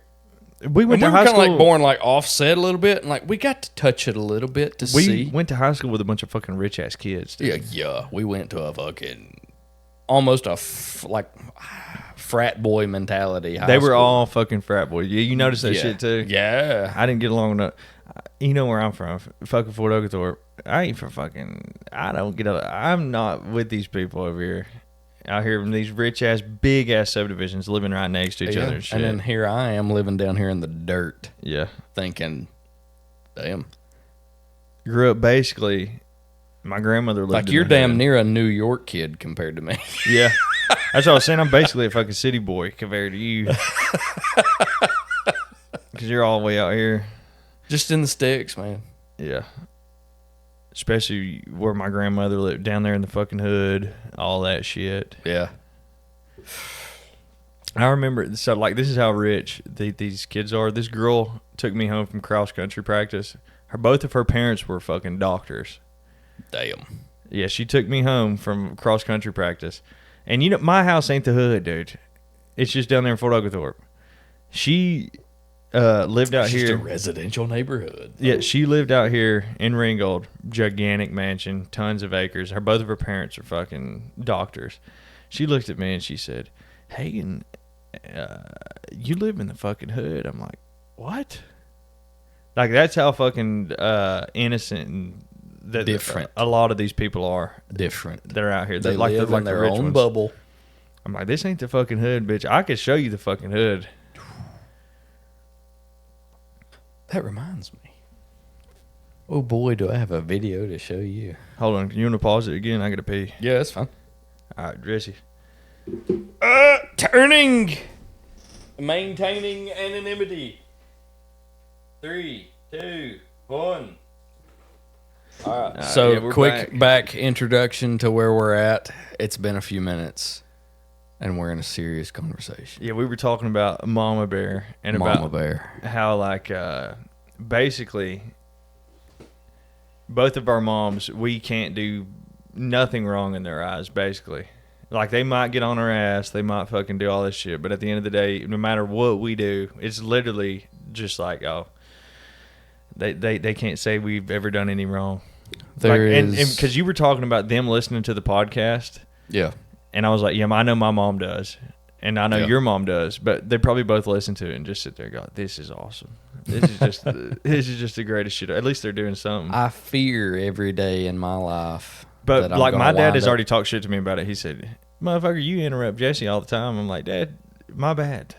Nah, I'm flowing with it. It doesn't Yeah. matter to me. Yeah, but he only heard like the first 2 or 3 episodes and shit. Yeah. So because I was trying to get at all that shit, Oh, like yeah. going there. The first episodes were retarded. The first 2 or 3 were pretty rough. and we're still getting better at it. And though. that's what kind of gave me anxiety when I started thinking about it. I was like, man, my parents are listening to this, and we were very uncoordinated on the first 2 or 3. Like, there was some shit that maybe we shouldn't have talked about. And we know, but we know. She's not 18 yet. We knew that we were going to get better. I didn't give a shit about that. We knew that we were going to get better, though. That's the thing. Yeah, that's part of the process. But anyway, we were talking about the Mama Bears, and I was like, dude, just imagine if we do get canceled.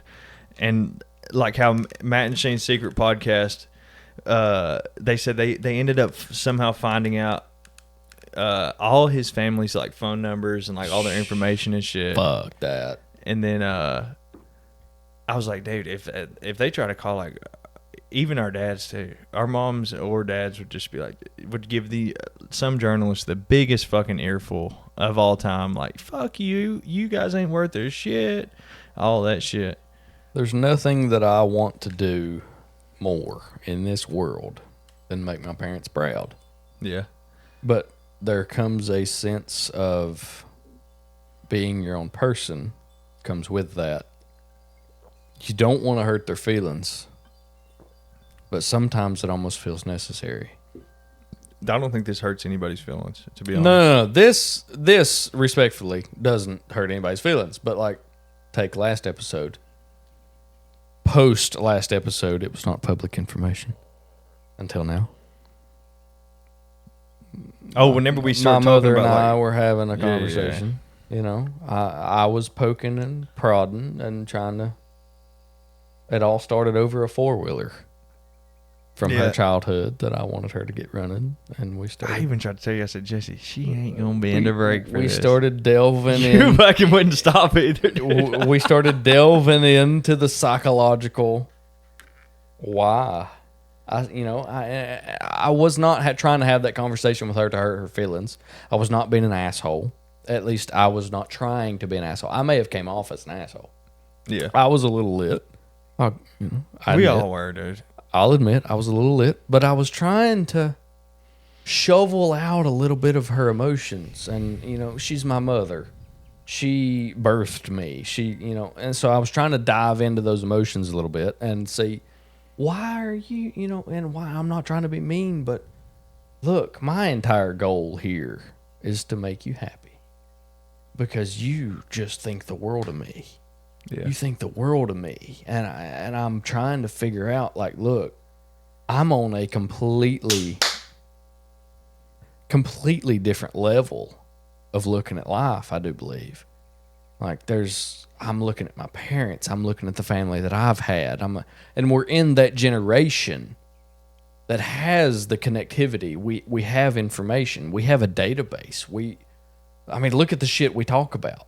Yeah. We're connected. We know the world. We understand the world. We know what to avoid. We know what to not avoid. We know what we need to do, what we not need to be doing. And there's a very delicate balance between everything that you and I think about that may be a little foreign to our parents. Yeah. And it's like, look, I'm diving into this journey of just being calm, stoic, informed. I want to know what's going on. I want to have an educated opinion on everything that goes on in my life. I want to look at the tree and know that the tree is a tree. I want to, I want to be in that moment. I'm here. So I like to dive into the psychological things. Dude, psychology, that's huge. I like to dive into that kind of stuff. I want to know how you think and why you do this. Why? What's funny is both of our moms are both Valley girls too. Yeah, they're both from Lookout Valley, and that just blows me away that they can be so similar.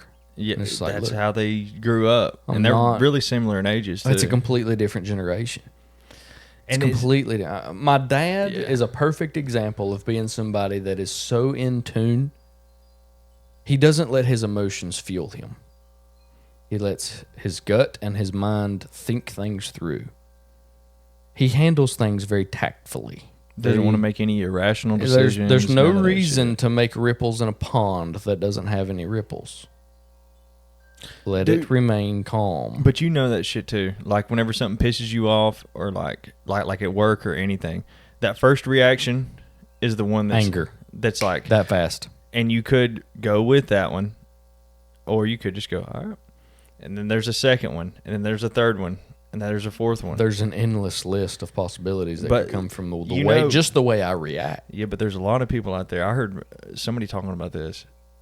A lot of people go with that first one, and are pissed, gone, and it fucks everything up. They don't have the mental discipline. It's just to explore the other options. That's just like higher awareness.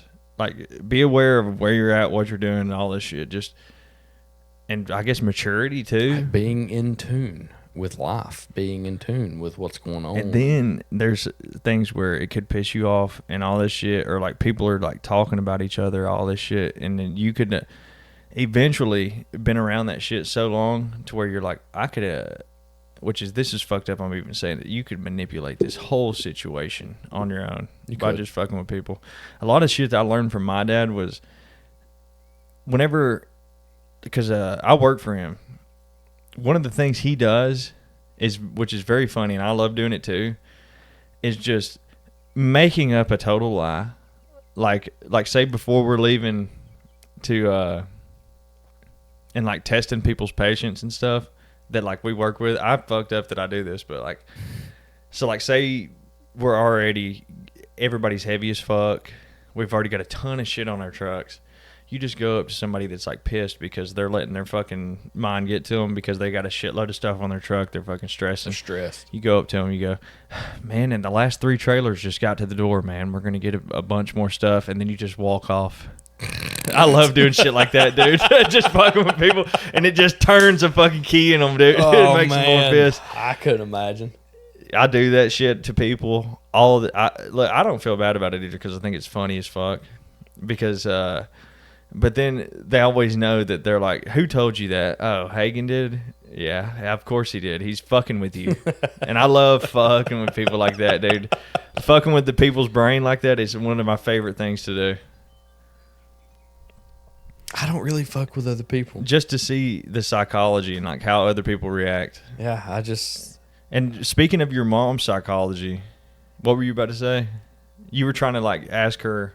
Well, yeah, I was trying to like dive in. Like, look, this is because y'all were arguing about fixing that 4-wheeler. It started by arguing about a 4-wheeler. No. And I was like, she doesn't want it to change. And I said, Jesse, try reverse psychology. You tried it, and she was still like, no, I shouldn't have said it out loud. I could have whispered it to you. She doesn't want this thing to change from her childhood. And that I can respect that. Just go set it on fire. But it's like, this is just a piece of machinery. Yeah. This is just a 4-wheeler. It's just a 4-wheeler. But it does have sentimental value to her. Look, I've had sentimental value over a fucking rock. Yeah. I've still got a rock collection from my childhood that I have sentimental value on because some of those rocks look fucking cool. I understand. But this is a machine that you could have up and running. And would look the exact same. And alive just like it was. Why? It's just because she doesn't want it to change. And it's like, I just don't understand that. Like, change. Well, she said eventually, but I don't know how true change that is literally life.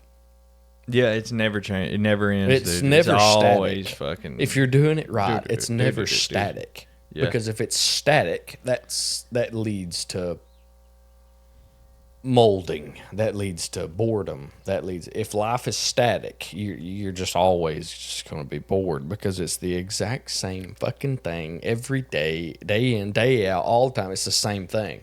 If it gets static, you're going to get bored.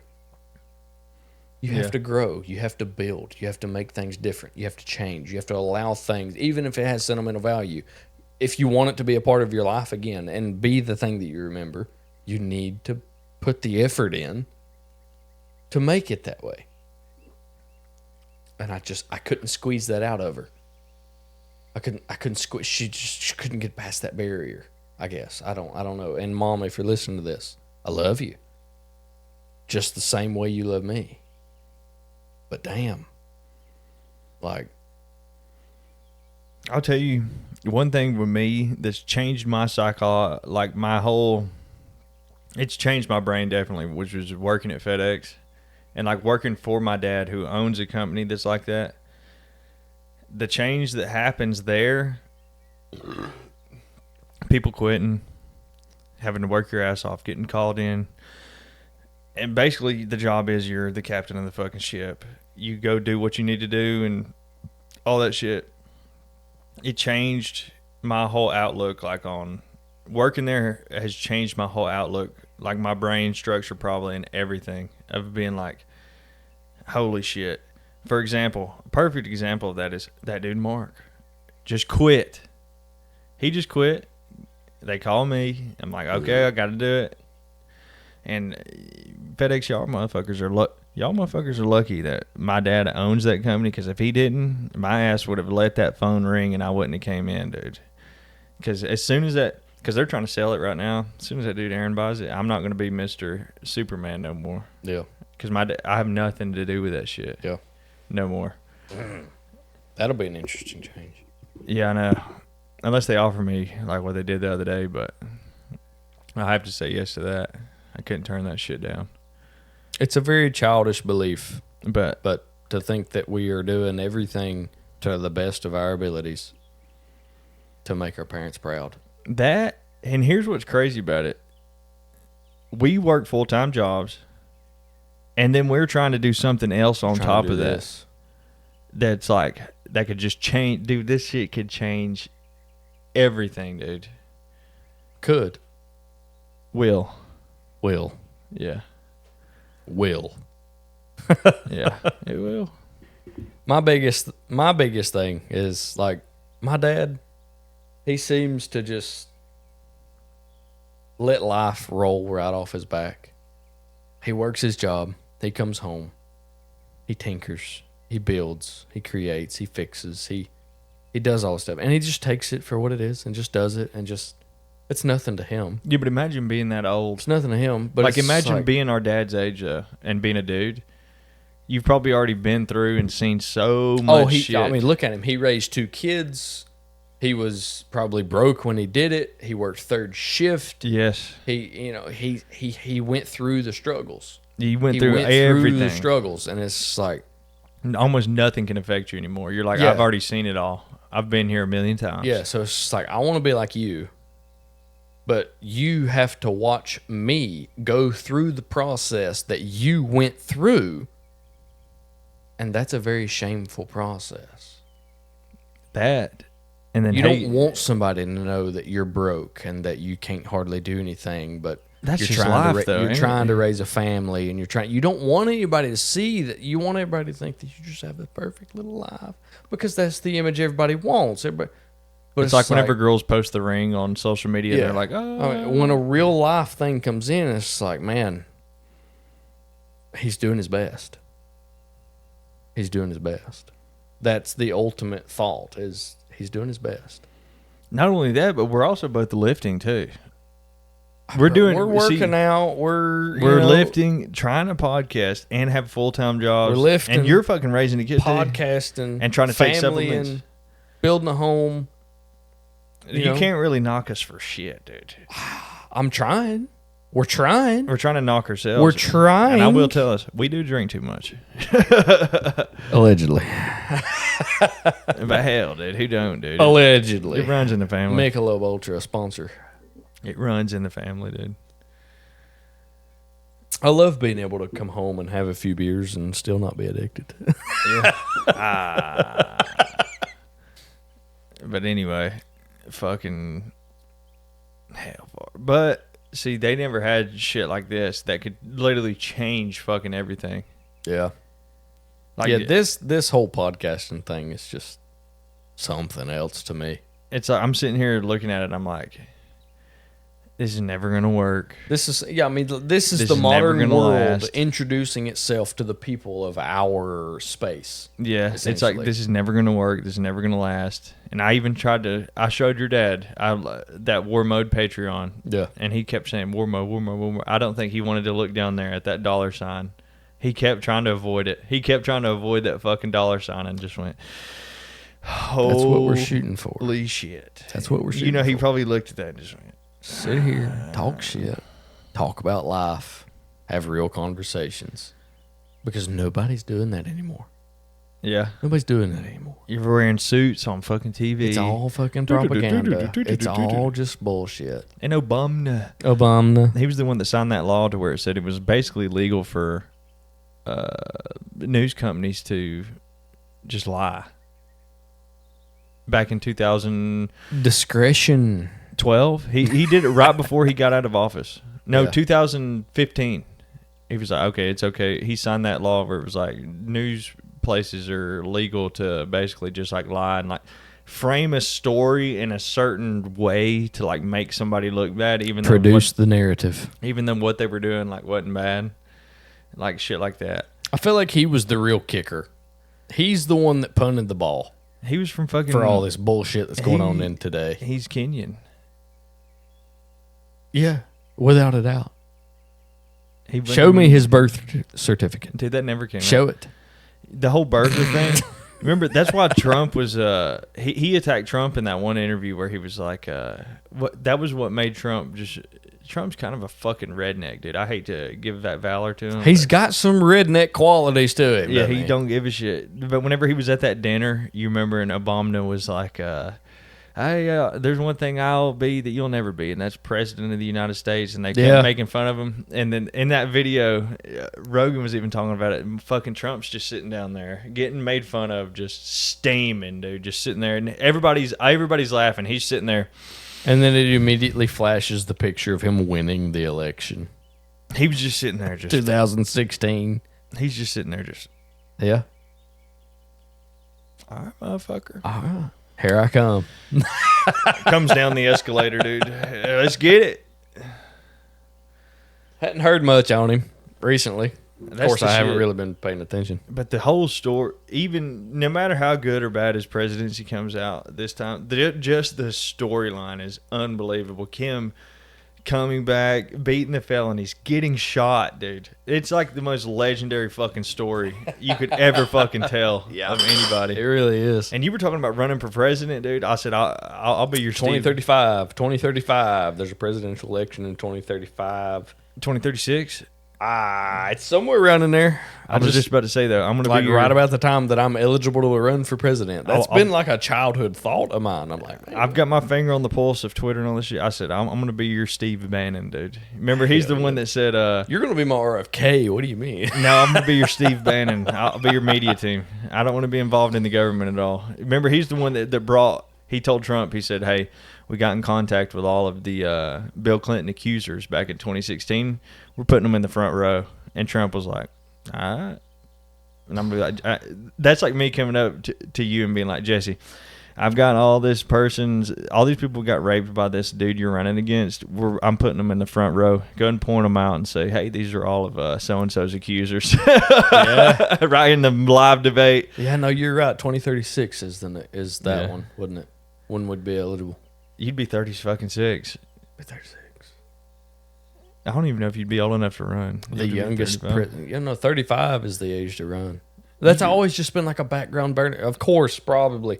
Logically, I'll probably never be president. I'll probably never do it. But it's always been right there in the back of my mind. Like, that's That's something I need to do. If I'm going to get I involved, would run the propaganda machine, dude, for you. You gonna run the propaganda I machine would be for me? your Steve Bannon. I'd be your fucking campaign advisor. I'll try it.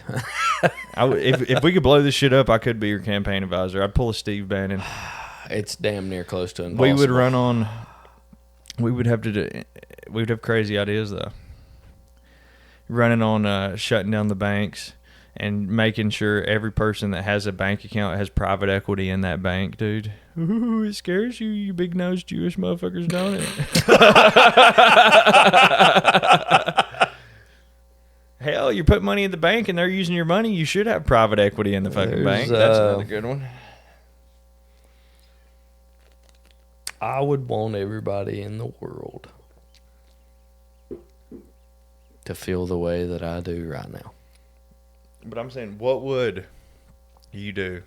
Is if you win, and like Putin says, the dudes in the black suits with the black or navy ties walk in and they say, "This is how it's supposed to be ran.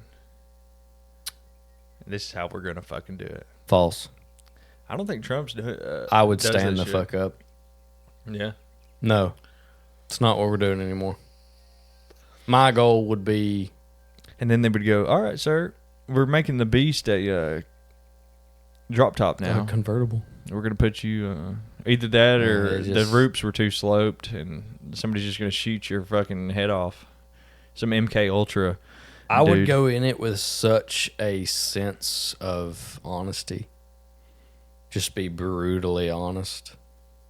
Look, That's what Trump did. this is the noise that we've lived with our entire lives. This is bullshit. It's time for this shit to end. Everybody matters. Fuck all the noise. And part of the no reason- more blue and red. Part of the reason why we can even do this right now, and even like have a chance at this blowing up, is because shout out to Trump.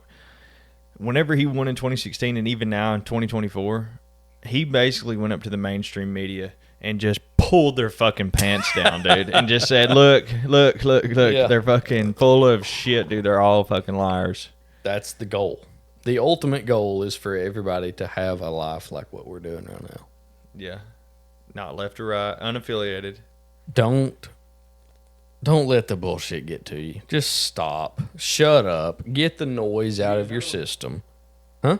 Another one? I got a fucking fridge full. That's what I'm saying.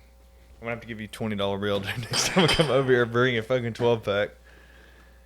A Michelob Ultra. 18-pack. might 12 as pack, well. my ass. Hell, dude, you not having one? Huh? You not having one? I just finished one. Drink another one. God! You've already got me on a presidential race rant. Don't get me. Do you got? That'll make it better, dude. To make it more interesting. I don't know. I've always thought that everybody just needs to shut the fuck up. About the left and right Well, politics. fuck that bullshit. dude. Get out of it. Shut up. Let the noise not guide your life. And realize that peace, love, and God is the most One of my important buddies- things in your life. One of my buddies, I'll just gonna mention Aaron, dude. He still sends me shit about like, cause he knows I like Trump and all that shit, and he's a Democrat, you know. He still sends me shit about like Fox News, and I have to keep. He like still sends me shit about like how Fox News is like not true, and I'm like, dude, I don't listen to Fox News. I couldn't tell you the last time I had And Fox News on the fucking TV. I think that is he's like so deep into that like left Democrat shit that he's like, oh, all Republicans listen to is Fox News. It's like, dude, I don't listen number to one, Fox News. I'm unaffiliated. Number two, I don't listen to fucking Fox News, dude. That It's shit's another just as side of just the as coin. fake as fucking CNN, dude. It's just opposite sides. Exactly. I listen to the truth, whatever in my gut tells me that I think is the truth. Shout out to Jones and InfoWars. I love that shit. InfoWars, Joe Rogan, all these podcasts that we independent media. War mode. That's the biggest thing is you get people that have real thoughts, real emotions. I fucking hate Ben Shapiro too. And it's just And like he's it's right not wing. this. You know, the mainstream news is just fucking theater. I They're hate. just actors. I hate Ben Shapiro, dude. I fucking hate that dude. When he first started, I liked him. I kind of liked him. Now he just and then he sucks. just fell off. I ain't watched him in years. I hate that you know? dude. He just loves, dude, just to fucking hate on white people. He looks at us as goys, dude, because he's a Jewish dude. Well, it's kind of a shame that he's white too. Bless his heart. No, he's Jewish. Oh, So he sorry. claims. Yeah. Sorry. That's why I fucking I didn't hate know that Jewish dude. people couldn't. And Jewish people couldn't be one white. reason I hate him is, Anti-Semitism. he was all about just wiping out the Palestinians. And one thing that the IRA, in England, the IRA is one big, they love the Palestinians too. And I love the IRA too. And hell, you probably do too. The IRA. Oop, the roar. I don't know enough. The Irish Republican Association, where they blow up English people. That war's still been going on. Our ancestors in England and Ireland. Anyway, I don't even know what I was about to talk about, but I hate Ben Shapiro. To me, it's just noise. That We as a race, humans, should just get the fuck along and shut up. Do you think that's why Kanye's doing what he's doing now? I doubt it. Kanye's just doing it. No, he's doing something like so outlandish and like so opposite of what he's supposed to do that he's like, hey guys, at the deepest psychological level, do you think he could be sending a message as to, look what I'm doing? Look at how ridiculous you are. Look at how ridiculous I'm acting right now and what I'm doing. Can you not realize that they're always just going to try to divide us and shut everybody up? Look at what I'm doing right now. Just everybody shut up and get along. I don't know. Should I give Kanye that much credit for doing what he's doing right now? The biggest problem, the worst truth that we have is that the people of today's world do not possess the mental capability to understand, to see the signs, to see what's going on, to see the troubles of the world and realize that we need to move past them. They're stuck. There's a barrier there. There's something wrong. Why is arguing about race even still a fucking thing? It shouldn't be a thing. Look, I don't see color. I see stupidity. Dude, these people still fucking argue about this shit to this day. It does not make any sense to me. I don't care what fucking color you are. Just be a decent person. If you're a decent person, God, we sound like MLK right now, you know? I ain't never Don't listened judge to a none of this person stuff. by the color of their skin. Judge them by their actions. Content of their character. I get it. Yeah, exactly. That's a very deep-rooted, very heartfelt belief for me is, dude, I don't care what fucking color you are. I care about the way you present yourself to the world. I'm doing my absolute best to make sure that I present myself to the world in the best possible manner that I know how to present. And we're all in the same boat too. Exactly. We're all broke as shit. Well, I don't know. A lot of people.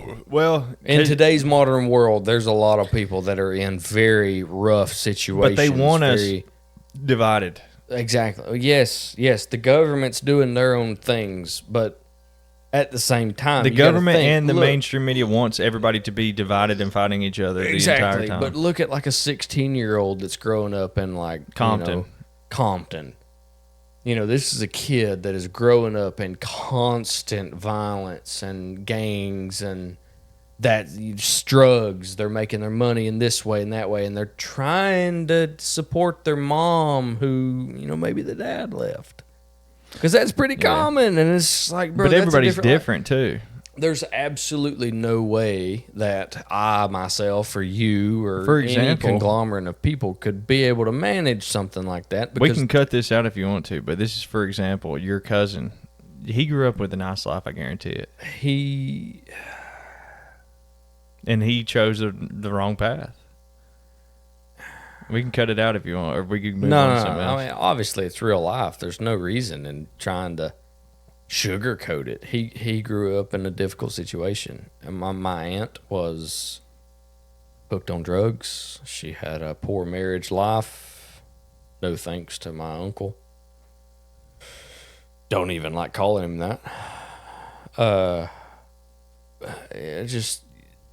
those are the trials of the modern world that we can't fix. But then you see there's some people that grow up in shit like that, and they just turn it around and end up thriving. Those are exceptional humans. Yeah. Those are exceptional people. Those are the ones that were born with a good mind and a good soul. They just knew what they needed to do. They knew. They listened to God, and they listened and said, "Oh God, shit, I am in a terrible situation. I need to get myself out of this because this is not what I want." Yeah. Most people don't possess the mental capacity to And then you got overcome some that people barrier. like Hunter Biden too. Grew up with everything. Yeah. And then ends up Yeah. being a crackhead, fucking hookers, Grew doing up with illegal a rich shit. political family, and he fell into that world. He fell Like in Miley Cyrus. Well, no. to the impulses, to the pleasures, to Yeah. if you give in to the impulses and the pleasures, and that's the way of the devil. It all reverts back to religion for me, because it's like you wake up every single day knowing exactly what you need to do, exactly what you need, how you need to handle yourself, and that. But if you give in to your impulses and you give in to the pleasure, you give in to the dopamine, you give in to the routine, that starts to develop a problem. And that started thousands of years ago. People started giving into the problems, giving into the way of the devil. Yeah. And it leads to this chaos. It just leads to this bullshit. Everybody's in their own bubble, and they're just sitting there just soaking and just whatever it could be, sugar, alcohol, cum, I don't care what it is. You're giving in to your pleasures. You're giving in to these impulses that God gave you, because he did. He gave us free will. You can do as you please. It's But like I'm sitting there going to right give before you a work out. conscience. It's like sitting there right before you work out or something, and you sit there for like 15, 20 minutes just procrastinating. Like, I don't want to do this. I don't want to do this. I did it yesterday. But you know that you have to do it. I went out there and I started to work out. I got 2 reps in, and I went, bro, I don't have the mood for this. I've got beer in the fridge. I want to sit down, drink some beer, get fucked up. But oh God, I'm 2 reps in. I'm starting to feel a little bit better. After you do that, like Oh first set, God, you're like, okay, yeah. here we go. I'm gonna start. All right, there it is. And I swear, tune back in. Don't it send signals to your brain like, okay, this feels good? Exactly. You tune back in, and that is the skill that most people just don't possess. Discipline. Discipline. They Yeah. don't possess the ability to say, this is what I need to be doing. I'm going to handle myself this way. I'm going to go about life in this direction. They just give in to their pleasures. They let their pleasures. Oh, I can have this What honey makes bun. me happy? I'm gonna DoorDash this bullshit. And then- I'm gonna jerk myself off 15 times And then I this know evening. and There's all this- people that are like, oh, I got to treat myself. And then there's people that are like how addicts act, like especially like being fat and shit. They're like, it ain't my fault that I'm this way. It's like, it ain't my fault that I weigh fucking 300 fucking pounds. It's always something else. I tried everything I can to lose weight. Every time I hear that shit fucking pisses me off. And I was talking to this chick the other day about this shit because she's trying to lose weight. Yeah. And I'm like, I've listened to hundreds of hours of Rogan and like health shit like that. And I'm like, dude, I know you're fucking lying to me. Exactly. You're fucking lying to me. There's a very deep understanding that we have of the psychological actions of the human brain. Because I'm like, It's if you're retarded. trying to lose weight, don't make excuses. I know your ass You know is eating. exactly what you need to do. You don't need to fucking eat sugar, bread, all that shit. I'm like, bitch. Lower know- the carbs, up the protein, up the fat. And I told her Exercise. ass. I said, she was like, oh, I had some like shit to like treat herself. And she had just been on like a diet for 1 week. Doesn't even know that she lost any weight. And she said, oh, I had a cheat day. Only been doing a diet for 1 week. And you're not allowed to have cheat days until you see results. You know, that's what I said to her. And I said, I told her, I was like, you sound like a drug addict. You want the sugar. Your little fucking creatures in your gut, which she probably had no clue what I was talking about. You're still hanging on to that pleasure mentality. And I was like, you sound like a fucking drug addict. Like, making excuses to, like, want to just fall to the pleasures of sugar and shit and eating a ton of fucking food. Get those dopamine hits. You sound like a fucking... Dude, fat as fucking people sound like fucking drug addicts, dude. Have you ever watched My 600 Pound Life? Yes. And those people are like, it's not my fault that I'm like this. And, dude, these motherfuckers are going in their car. They're going through the drive-thru, ordering like 3 fucking cheeseburgers, 3 large fries, 5 Little Caesars pizzas, 2-liter Cokes. Like, dude. I was fat. And you knew how to do it. And I knew the entire time. I knew I was getting fat. But you're probably a person that never made an excuse as to why you were fat. I didn't. Though. I knew it was my fault. I knew I was drinking too much. I knew I wasn't exercising. That's your self-awareness, where you probably went and looked in the mirror and said, "You fat fuck." Yeah, I know exactly what you're doing. I can't believe that you let yourself get this fucking far. Yeah. And I started to do something about it, and I did. And now here I am. I'm healthy. Because you get that fucking discipline in your head. I'm healthy. I'm happy. I'm living a happy life. Comfortable. I'm capable. I'm not some, Mr. Olympic. You're working on it. I'm not some Mr. Olympic. I don't want to be some Mr. Olympic. You could do it, though. Sure, I could, but I don't want to. My interest is to only prolong my life and be healthy. But you could get extremely jacked, dude. I could. Because you have the genetics for it. I could. Dude, Garrett could get jacked, dude. Yeah, motherfucker sitting right there. What are you doing? You want to pause it and put him in here? We'll pause it and put him in here. Come on! You ready? Good! I gotta pause the camera, don't I? Yeah, and I gotta pee and shit. Hang on. 3. Garrett's coming in. 2, 1. 3, 2, 1. We're gonna have to do multiple editings on back. this. Wait. Remember to do that shit instantly. There's going to be a ton of lining up on that. This is our second pause. Yeah. We're back. Garrett's here. I'm alive. He arrived. He was at work. How was your day? Yeah, what'd you do today? You work Saturday. Sat around, ate a burrito. Don't you? The 26th I work. Don't you work Tuesday through Friday? Oh. 6 to 4:30. I forgot you got the God schedule. Tuesday through Friday. Now Jesse's got the God schedule. Monday through Thursday. Fucker, dude. Woo! Yeah. Meanwhile, Hagen's over here every goddamn day. Except for today. And next Thursday. Yeah. For some ungodly reason. But today's a good day. Man, it's so fucking nice outside, it is too. Beautiful outside. Beautiful. 80 degrees. Pollen count of about 10,000%. It's a beautiful day. We're 2 hours in. I wonder if we could play that Ice Cube song and get away with it. Where it's like, today was a good day. I doubt it. That's copyrighted, bro. I know. You can't get away with that kind of stuff. Nah, There's no you just can't. You just don't mess with copyrights. You just can't. Yeah. That's why everything that I tried to do today was copyright free. Putting our little sounds in the. I don't hear it. I don't hear a fucking thing. Did you hear that? No, I didn't. I heard something. Wait. I don't like them putting There chemicals it in is. the water that turn the friggin' frogs gay. Serious crap. I'm sick of this crap. Wait. What was this? Oh, shit. Playing with the soundboard. What'd you do today, Garrett?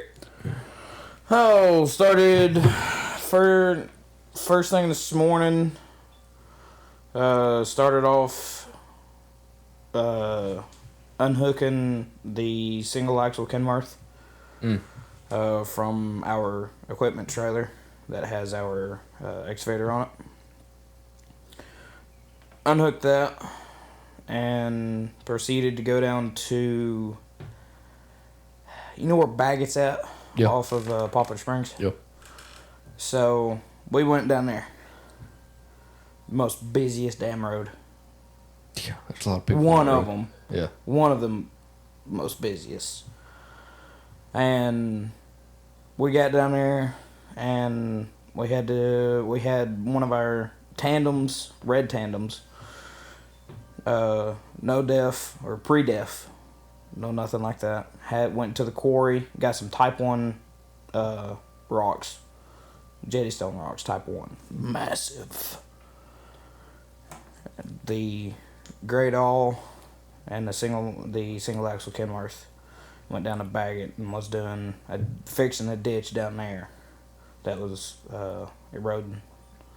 Did that, and then went to lunch. Sat at Cuda for 2 hours. Just sitting there. Working a government job, aren't you? Yeah. Yeah. Real hard. Barely doing anything. And then went back to the shop about 1:30ish or 1:10ish, 1:30ish, somewhere right in there. Went and got the vac truck. It's a massive. There it went. It's a massive truck. It's got a big old vacuum on the back of it, and it's got jetter hose. You can run it up into culverts and jet the culverts out and everything like that. And did that till about 2:30ish, 2:45ish, and then disappeared for the rest of the day. Nice. And now here you are, 5 o'clock. Still working, dude. No. No, I'm off the clock. 4:30, I'm off the clock. I was just saying, you're still working, dude. Even if you're just sitting. We went down to the recreation center today. Me and Rosie. Which one? Wood Station. The only recreation center we're going to go to. There's like 6 in the county. Alabama Highway. Okay, so there's that one. Alabama Highway. That's the one we went to today. Okay. We rode bikes for about 3 hours. Halfway expected to see you drive by because there was a county guy there just mowing the yard. She came and told me, and I said, "Have you Red ever truck? took the back wheels off, or what is it, the training wheels training off?" wheels. And she said, "Yeah, I did one time and hurt her knee and arm." She didn't take them off at all. She lied to me. She dude. lied. She didn't take them off at all. I Yeah. wanted to take them off. She's retired. Like, she relies way too much on that training wheel. Yeah. So the bike is just sideways. She's just on that training wheel, just pedaling. And the training wheel will hit like a high spot and bring her back wheel off the ground, and it'll just start spinning. And she's like, "Daddy, I'm not going anywhere. I'm not going anywhere," because she's relying on that training wheel too much. Have you tried to take them off yet? I did. Out here in the yard, out here in the driveway. She was terrified. Terrified. Today's the first time she actually rode the bike and wasn't crying about it. Oh. So, like, and she had a blast. She had a blast. She loved it. She wants to go back tomorrow, but tomorrow's gardening day. We're starting our garden tomorrow. Tell her to make a friend from Fort Oglethorpe, so that, they can take her on adventures like I did with you. We're taking the bikes all the way through fucking Out Fort through the Oglethorpe. neighborhoods, Yeah. kicking spokes. Yeah. I still fucking. I can't believe you still remember. I that, owe you a dude. punch for that one. Dude. Ran up next to you. I was just riding, bro. I was just chilling, just riding my bike. Motherfucker pulls up right next to me and just goes, "Hey, Jesse." Kicks my front tire. Spills me out onto the pavement. Just. And I just laid there writhing in pain. I just turned around. And he just comes up and just. You good? Oh. That was that shit where we seen Lavorius' dad just Yeah. in the middle of nowhere in Fort Oglethorpe. He was probably just at one of his fucking girlfriend's Drinking a house. 40 on the front porch. Just. What are we doing? Yeah, we were like, Lavorius' dad? He was like, hey. Yeah, because he had all like that Georgia stuff on. He was just No, in full Alabama red. shit. Was it Alabama? Yeah, that's Yeah. right. Alabama. He was in like full crimson, just hanging out. talked about that several times already. I don't know on the cast or not, but I don't know. It's been 2 or 3 times that we talked about that. Yeah. Man, we hey, did this so is much childhood. shit. We did so much shit. yeah. Played a lot of Call of Duty too. GTA And 5. a lot of GTA 5. Like, we just... GTA 6, that'll I be would the go next one very... I'll play. Hell yeah. I don't know if you remember or not, but I would disappear to his house for like 2 weeks on end. Yeah. Just stay over there, like And then I summer would break. question, where the hell's my brother? Yeah, I was like, And I'm then a he'd come Higgins. back home and go, hey, bud. And then disappear into here Yeah, And- I was at Higgins. and start playing games again. Of course. We played zombies the entire time I was there. Why not come home and immediately start playing zombies again? Garrett, me That- and you need to go to Twin Peaks after this, dude. I'm just kidding, dude. I'm a married man. I'm a married man. I'm a married man. Yeah, we were talking about that shit I'll last hold you week. to that. We will eventually. We also need to go to Hooters. No, Hooters just Hooters- filed for bankruptcy. Twin Peaks is better than Hooters, dude. Hooters just now There's filed for bankruptcy. Way more beautiful angels. They are over there. running out of money. Mother, I'm That- sorry about talking about this. Oh, Jesse's already had a conversation with her on here a little bit. Then, who else? It's Best Buy's going out of business, I think. Home Depot. No, not Home Depot. But Lowe's. they're like on the brink. Lowe's and Home Depot are owned by the same people. Okay. I did a little bit of epiphany research. What's happening with the stock market? Oh, it's fucking tanked. It's You got any skin in the game?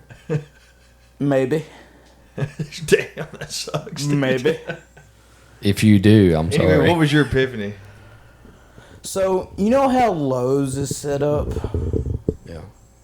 When you first walk in, all the ceiling fans are right there.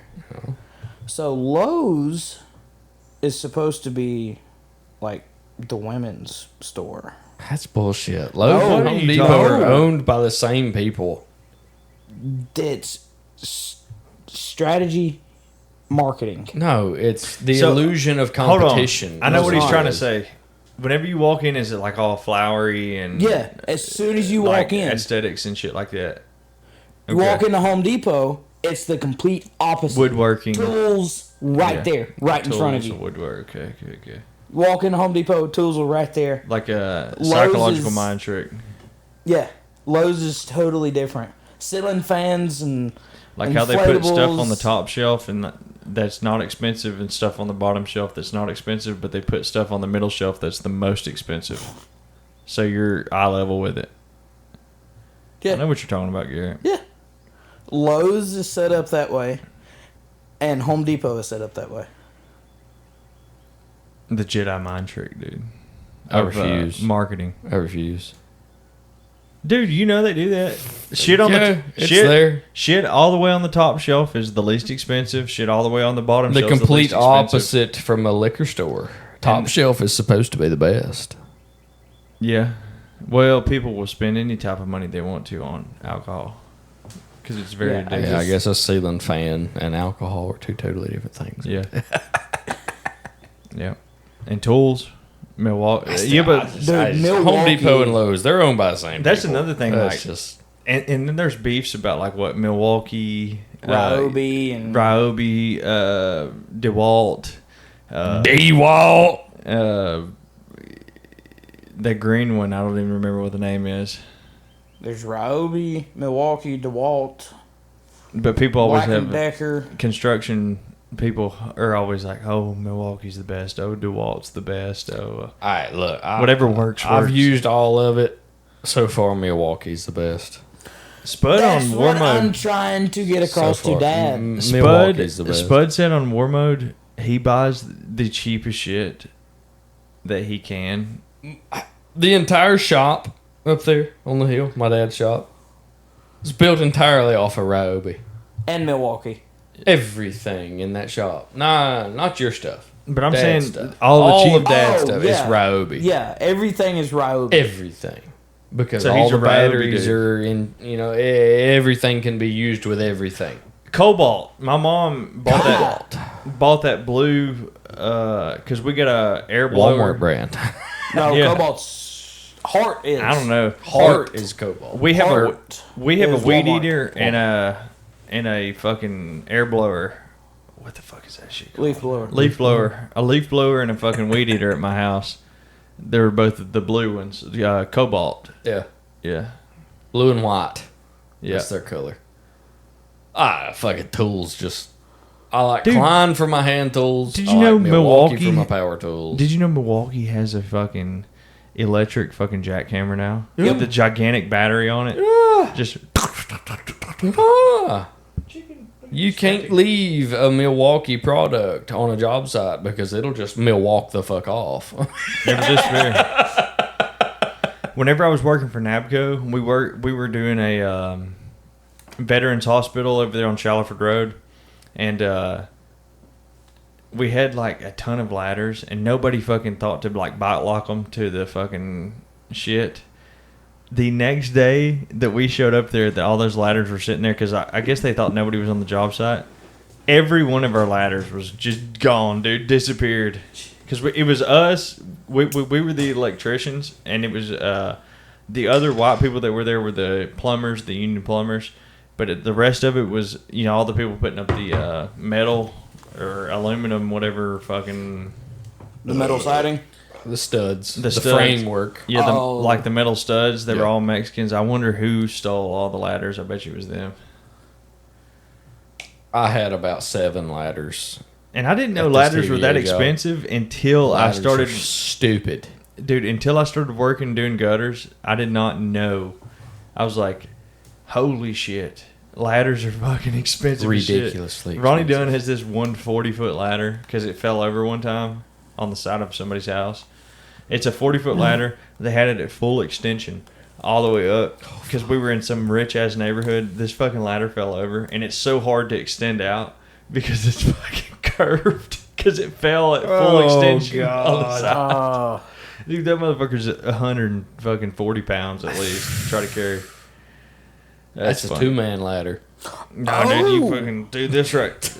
Carry a ladder, camera. You get one hand right here on one, and the other one up here on another rung, and you could just fucking and angle that shit and carry a fucking 40-foot ladder like this to the fucking house. I've carried enough extension ladders. Not interested. So, I'd got do gutters something. again if I could own my own fucking business. Got something good for y'all. Cheese? No.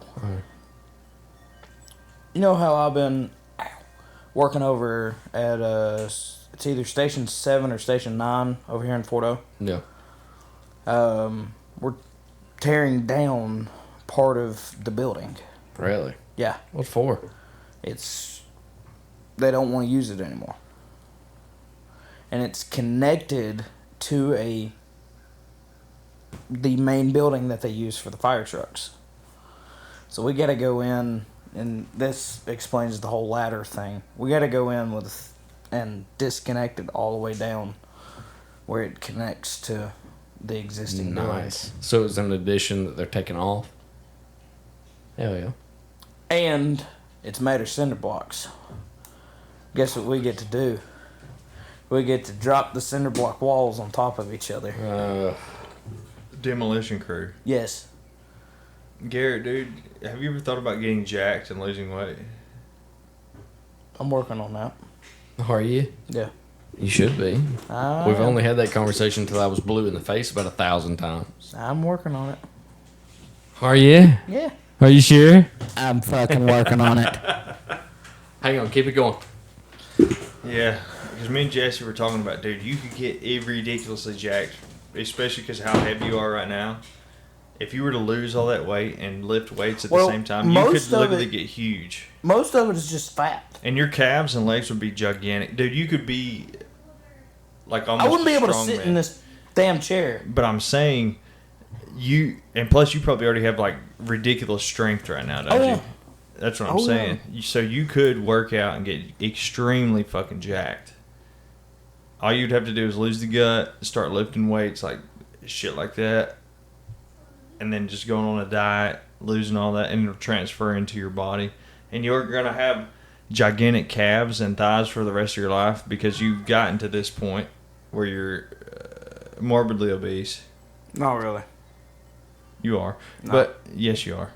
But anyway, you're going to have gigantic calves and thighs for the rest of your life, even if you do lose all this weight. It's fat.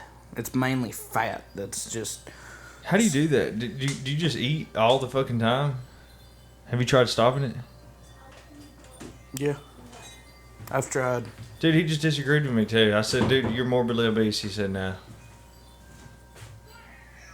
He just lied straight there. He's denying it, dude. I told you they're addicts, dude. I hate to talk about your brother like this, but I'm telling the truth. I'm telling the truth. Okay, listen. Look, I don't give a shit. The way that we're supposed to guide ourselves in this life is to not hurt other people's feelings unless it's entirely necessary. But this is not good for your health. Here you are. This could kill you, Garrett. For real. This could give you heart attack or stroke. It's like heart disease is huge for people that are obese. Garrett intervention time. Heart disease, Why the Jesse, you fuck know did as well I as walk I into look, this? man. I'm not trying to be a fucking asshole. I'm not trying to be a fucking asshole. He's not being mean. But I'm just saying, heart disease and stroke and shit like that is huge with people that are like your size. And you're way too young to be doing this. And me and Jesse know that you could get extremely jacked. Because Jesse said you're already fucking strong as shit. You could get are fucking built jacked. like a bag of fucking hammers. You could get jacked. I'm talking about strongman jacked, dude.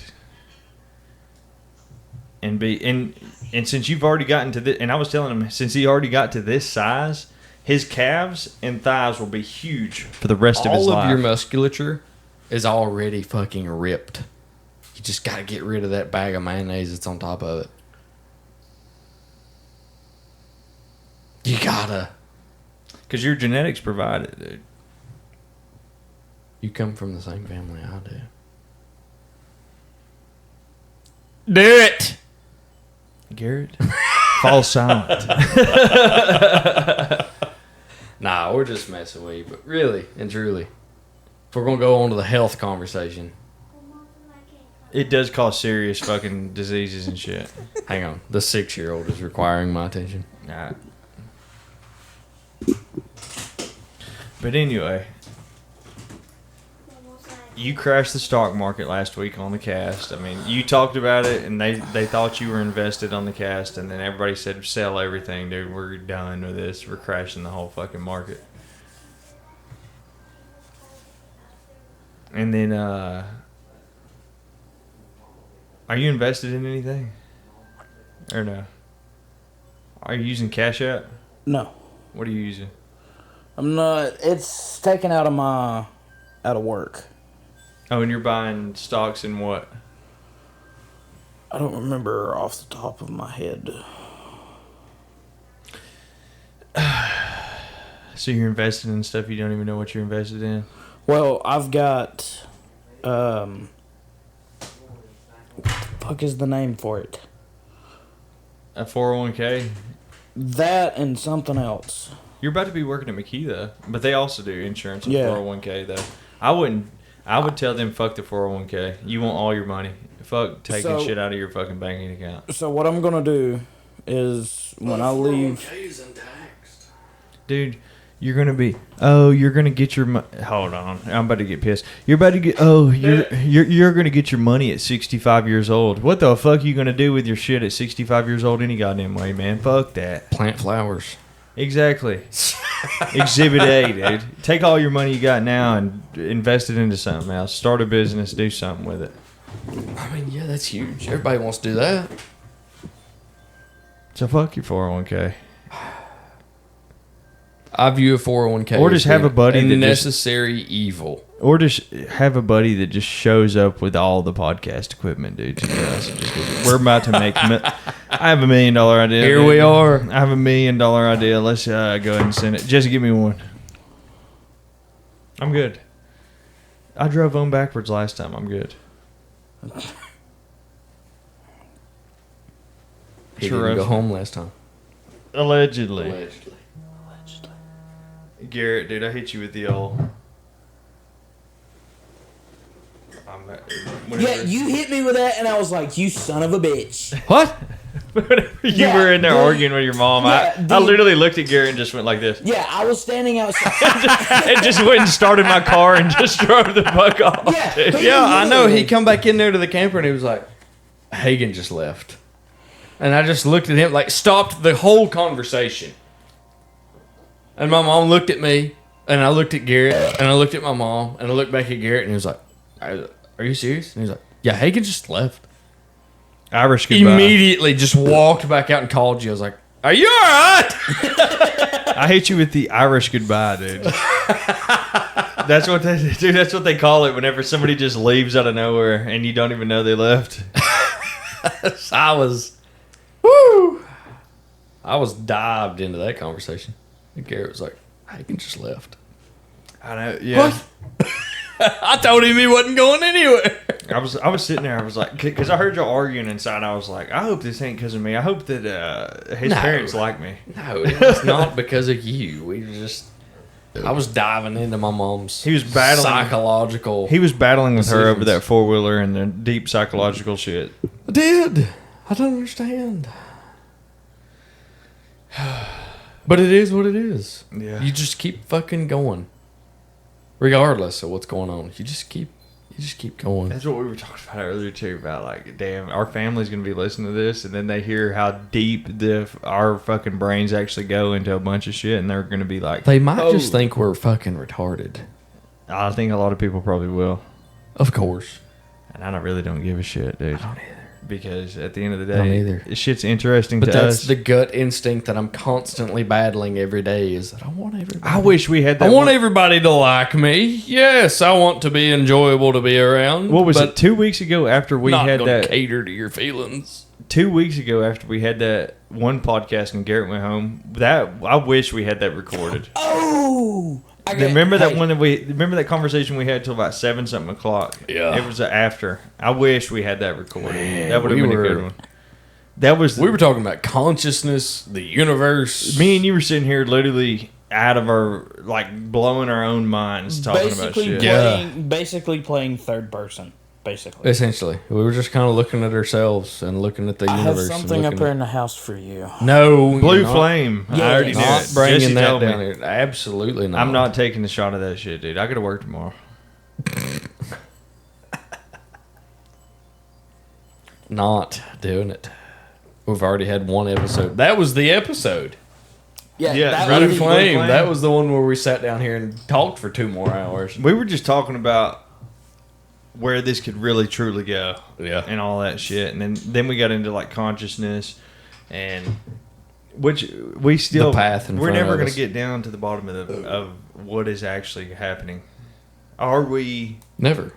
are Mankind hasn't done it. we're never going to figure it out, dude. We might figure it out one day, but we're I think we might be getting close. But that's whenever you told me, you said we talk about a lot of stuff to where it's like if a regular person listens to it, they're gonna go, "What?" They're either gonna go They don't think we're crazy. they're either gonna say you're retarded, crazy, and all that shit, or they're gonna go, I never really thought about it that way. But that's whenever I told you, I was like, that's why me and you probably get along a lot, is because I'm like, me in my head, I'm always like, I don't care if people say it's true, false, or whatever the fuck it is. I'm like, I'm going to look into it and make my own opinion about what I think about this. And if it sounds true to me, then that's what I think about it. If it sounds false to me, then it's false to me. I'm going to look into it. And then, last week, I got in a deep hole of, is space even real? And I'm like, dude. I don't like touching that hole. I got in a deep hole on that one, and I was like, because whenever you were like, oh, Mars is 43 million miles away, and I'm like, motherfucker, It's further than that. Hell, our moon's 330 million miles away. dude. Now, does that number fucking even sound real? No, to it you? doesn't sound real. Exhibit A, dude. Well, Exhibit A, yeah, but that's God saying your feeble mind has no idea But then we the got expanse that I'm capable of. then we got the synchronicity of The moon, literally, Sweetwater, Tennessee, the moon is the perfect size to just have a ring around it whenever it goes right in front of the sun, dude, for an eclipse. Literally the perfect fucking size to have the sun perfectly blocked out, but you still see all the sun's fire all on the outside. Like, you could take the glasses off and look at it, because I've seen that shit. Your the eclipse. feeble mind cannot comprehend the creation that I have set in front of you. That, and You they always can't. say, us even being here is like one in infinity number. Like me, this even happening is like If one. it were to happen of natural causes. That's another thing. Natural causes. Imagine my dad never bought Post Oak, and I went to Lakeview. This would have never have This wouldn't happened, have been happening. because I would have just been at Lakeview. Just never We would've never known. would have met. We never would have went to Honestly. one lunch detention together. We would have met before, because you pitched to me in baseball whenever I Smoked was way your ass. younger. No, I hit a fucking steamer right back at you, because I at least hit it off of you. Oh, wait. Yeah, no. That was over those Chickamauga baseball fields, wasn't it? And I hit a steamer right at you, and you Yes. caught the ground ball and threw me out, because I was batted first. Yes, I remember that. I could hit, dude. I might get thrown out. Oh, my God. Yes, I remember that. Because I remember Just they unlock the put you core up there memory. because you threw gas. You had a fucking arm on you, but I'm like, I didn't even know you then though. But I was No. like, I fucking hit it off this dude. I did hit off of you, but I got thrown out. But I was like, shit. But that means everybody else on the team is going to be like, we can fucking hit it, you know? Because that's why they always send me up there first. You called it my ground ball. I hit it straight back at you. Threw a steamer at me, and I hit it straight back at you. Straight to me. And you Straight to me. and you threw me out, and I went, God damn. Oh, my God. That's such a deep-rooted memory. And I'm a first. I That's right. batted I first. played him in baseball before I ever met him. And I batted first. Yeah. And because you were throwing gas, and because y'all knew that we were good, and that's why your coach probably put you in there immediately. Yeah, he took me off first base, made me pitcher. Yeah, because you threw gas. Yeah. You threw fast as fuck. You were probably like the closer, weren't you? Yeah. Yeah, I was like, I'm going to play first base And he took until we need a pitcher. yeah, and he put you in there to close out the game. Yeah. Which is why he put you, because he knew we were good. And he I was think, like, wasn't that the game that I threw my arm out? and possibly, I don't really remember. It was like late in the game, and I threw my arm out. I made a bad pitch, and it just rotated shit my up. shoulder, and oh my God, it hurt. But I always remember, I always batted first because my dad always taught me to, because he loved baseball too, was just make contact and how fast they're throwing it. As long as you make contact Yeah. and shit, you're going to fucking hit it. I fucking slung that shit right at you. You threw my ass out, and I was like, God damn. I always play shortstop. Batted first, played shortstop. That's what I was. I batted fourth. Yeah, you were the cleanup. I batted fourth and was Played pitcher and first. first base. Yeah, pitcher and first base. I played a lot of left field too. I ended up playing later in my career before I quit. I played center field. Yeah. I was shortstop, second. I played shortstop, second base, and center field. I played all those positions, but I always batted first or second whenever I played baseball. I never Yeah. batted lower than that. I think they always just wanted me up there early, just because they knew I could hit. I was really good. That was the only thing I really wanted to do. Like, I was good. I was a great fielder, which I guess that's why they had me at shortstop. But my favorite thing to do was bat. Yeah. That's the best. And the Braves Got are 9 home run balls right here. the Braves are fucking 0-6, Which is fucking saddening. dude. And I told Aaron the other day, I was like, dude, anybody says the Braves won't win the World Series, I'm calling the police. And then I immediately, a couple days later, I went, I might have been devastatingly wrong, dude. The last baseball game that I watched was the last game that my parents took me to at the actual stadium. Oh, at Turner Field? Yeah. I haven't watched them play. The last baseball game I watched was Tennessee winning the national title against Texas A&M in baseball. Tennessee won the national title last year in baseball. I didn't know your dad went to Florida State. Seminoles. I just found that out literally last week. I'm like, holy shit. And he played football, college football? He was on his way to go pro. What happened? He met my mom. And then we came along. He met my mom. Where'd he meet her? He was running an HVAC call in Chattanooga. For Malone Heat and Air. Malone Heating Air. So he just... She was a receptionist at a desk somewhere. Still don't know where. I don't know. I never asked. Yeah. She was a receptionist sitting at the front desk. He walked in, signed in, and thought, man, you're a good-looking woman. Dun dun, here I come. And then dun dun, here he come. And he just shelved all of his baseball stuff. And then you can go back and say, And football. what if he went pro? Dun, dun, dun, dun. Dun, This dun, one dun, dun, this one dun. never Never happened. would have happened. We wouldn't be sitting here. It's nuts. All the things, dude. Snuts. All the fucking Sneeze. things that had to happen for this to fucking occur. $1 million idea, dude, hopefully. Will be. Will be. Yeah, will be.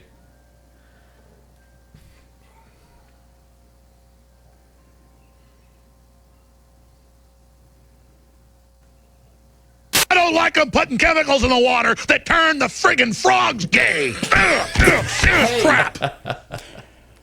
So, I don't know if I sent it to you, but I found a video of Theo Vaughn, and I think Does it's it turn green when you shoot it? Just kidding. Joe Rogan. I don't know. What? Smelling salts? Yes, Oh, yeah. Dude, just order some. Garrett. No. we No. It's just ammonia. need to do that. No. Yeah, we do. I have no interest in them smelling Democracy, 2-1. Order some. No. It's 2-1, dude. Democracy fucking works. I'll respect it. And I might even try it. You're gonna have But to. I'm not going to be the cause. Garrett, should Jesse try it? Yes.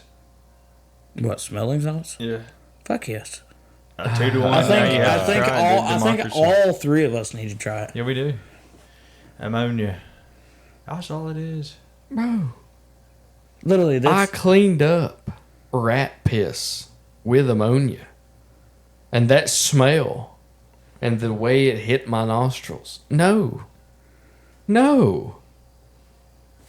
Literally cleaned up dead rats with ammonia. Jesse, dude, don't be a pussy. Dude. You know You'll what? like it. If they're in front of me, I might try them. But I'm not buying them. Hagen order some smelling salts. I probably will. Oh.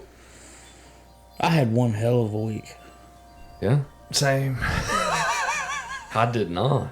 I did. Mine was slow as Yeah, fucking you sat in a Christmas. fucking basement. Reading a book. Yeah. Yeah. Slow as Christmas. The week that I had. Garrett, just blast his floor with dirt again, too. Don't! I just cleaned it up today. I let that shit sit in the floor all week. Just sand Did under the it desk. I crust? cleaned it up today. Did it crust into the floor? Yeah, it was fucking brown. I had to get a napkin and Lysol to it to get it to actually go back to the original color. Cocksucker. Get wrecked. So, beginning of this week started off somewhat. Bunch of fucking drama. Bunch of drama. And then I've told you time and time again when that kind of shit comes up, you just call me and I'm going to show up at the county office. Told you. What But- drama happened? it wasn't between me. It was between a bunch of other coworkers. and If it everything. doesn't was the involve drama? you, it's not drama. But we It's need just- to hear the drama, dude. Tell us No, this. no. Dude, No. you can't All right, do go that. for it. If You you're gonna can't- talk about it, go for You it. can't do that. Everybody was in a pissy mood. I'll just say that. Okay. I'll leave it What at were they that. battling about? Stupid shit. I'll just leave it at that. Just gonna leave it Dude, at tell that. the whole story. We're on a podcast. What is going on? Dude, I told the whole story about what was going on at my work. Tell the fucking whole story about what's going on at yours. It's great stuff. It's just Office politics or what? we don't even talk about politics. I'm talking about like office politics, as in like somebody's being too Typical office bullshit. somebody talking shit about somebody else, and then that shit just kept fucking stirring up. So what happened? It's just bunch of bullshit. But Did you at least try to stir it up some more? no, I You stayed out always of it. stir the pot. I stayed out of it this time. I just walked away. I can commend you for that, but you always just stir the pot. I walked away. Just drop I- the bomb and just go in your truck and just leave, dude. Just I the best walked thing to away. That was the easiest thing I could do. I can commend. do. Was it that. like none of your business, really? Yeah. So, None of my business. No, I nothing. don't blame you for that. I can live. I with just, But what I is just walked away. But what was the business, Garrett? I'm not gonna say. that. Why? I'm just not going. Why to. so you bring it You up? see this thumb? I know I'm some. gonna put it in your ass. Dude, he You see brings this it up. Finger, I'm gonna put it in your dick hole. Why does he do that? He brings it up. Brings it up, but he won't talk And then about it. doesn't. We're on a cast Guys right now. at my work, listen to this. And give them some shit. Put it out there. I've told you time and time again I'll show up and give them some shit, but you won't tell me. Put where it you out work. there, dude. Who gives a shit? I don't know where your home base is, but you And know I'm that not I'm going to gonna- show up in that office with a steel pipe and some, you know, but you won't do it. And plus, hell, your home base is where I live. There's nobody on this planet that's going to badmouth or bully my brother without me finding out about it. Now, whether I get to do anything about it is up to my brother. And the I'm not gonna motherfucker let won't you- tell me. He won't. He I- will I not. will not fucking. Will say. not tell me where I need to be going with a steel pipe in my hands. Nope. Refuses. He won't tell me. He's been bullied. He's been bullied. There's some pieces of shit Now play that work at Catoosa County. Play Stories About My Brother by Drake. And that's what you could think about Jesse. He won't tell me You'll relate to it. And because he knows that I'll show up. that's Motherfucker, I got Fridays off now. I can make arrangements to show You're up. not That's somewhere. another thing. fucking there. That's what I'm saying. Hey, Oh, I'll find you. hey. Here, and you want to know something crazy? I showed up in my fucking FedEx vest and all that shit because Palin's work over there at Harley Davidson fucking was like doing like some event and shit. All, you know, they're all bikers and shit. They're all, and my dad was there with me. They're all looking at like just trying to figure out who I am and shit. Because I showed up in a vest that looked like a biker's vest, but it just says FedEx on it. So they're probably sitting there like, who the fuck is this dude? And I'm like, oh, I'm just FedEx. I'm like, I'm Fallon's brother, all that shit. And I'm like, dude, one of these fucking I don't give a fuck if you're in a biker gang. I don't give a fuck, dude. There's some violent motherfuckers. But it's It ain't. There's It's a- in there. It's in you. there's a deep I know there's rooted- one in me and you, dude. There's something in there where if you want to flip the fucking switch, we can fucking flip it. You want to flip it? If Go they- on, and flip if they it. fucking flip it. Flip it. There's Because there's no day in my life that I do not go where I don't daydream about just taking somebody's throat Because out. you're getting shit on every day, and it just builds. It's And, there. and it just It's builds and it I'll put it builds and it this way. builds. It's there. And there's Ready. there's an unimaginable violence where it's like, okay, this It's- motherfucker wants to flip this switch. This motherfucker wants to flip this switch. There's gonna be a day where a motherfucker's gonna be like, I'm gonna flip this I'm gonna flip one of our switches. And next thing you know, It's there. I'll just. you owe thousands Now, of look, dollars in court but fees. I'm also smart enough to understand that there are people in this world that could kick my ass. I'm not the strongest. But you ain't gonna motherfucker. back down, dude. I'm I don't not the give a strongest fuck. motherfucker out there. I'm not the biggest. I'm not the baddest. I don't know all these quirks and kills and snatches and stabs. Even and all. even the biggest But- dudes, I'll tell you right now, they know by looking at you and sizing you up. They're like, I could whoop this dude's ass, but it ain't gonna be. I'm gonna get hurt in the process of whooping his ass. It's like you ain't getting away scot free, son. I'm fucking getting a couple fucking licks in. There's gonna be some blood. You could even tell I'll people. just- I'll You could put even it- tell people you're gonna whoop my ass. But it ain't gonna be easy, motherfucker. I'm telling you, could whoop my ass, but you're gonna be going, did I really? Was it even worth whooping I'm that going to dude's be ass? hurting. I'm going to be bleeding. I might even be close to death. And then at the end of the day, you know, if I see your ass again, dude, I'm fucking gonna get you. I'm going to put a piece of metal in I'm you. gonna get you. All I'm gonna say is karma's gonna get certain people. Not even karma, dude. I'm telling you. will, ultimately. Yeah, karma always. Will. Karma does. Karma does its thing.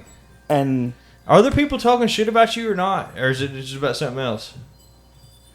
Hey, There- anybody over there at Catoosa County, dude, go fuck yourself, dude. Look at this in the camera. I hope you're watching. If you're fucking with Garrett, dude, look at me. Fuck you.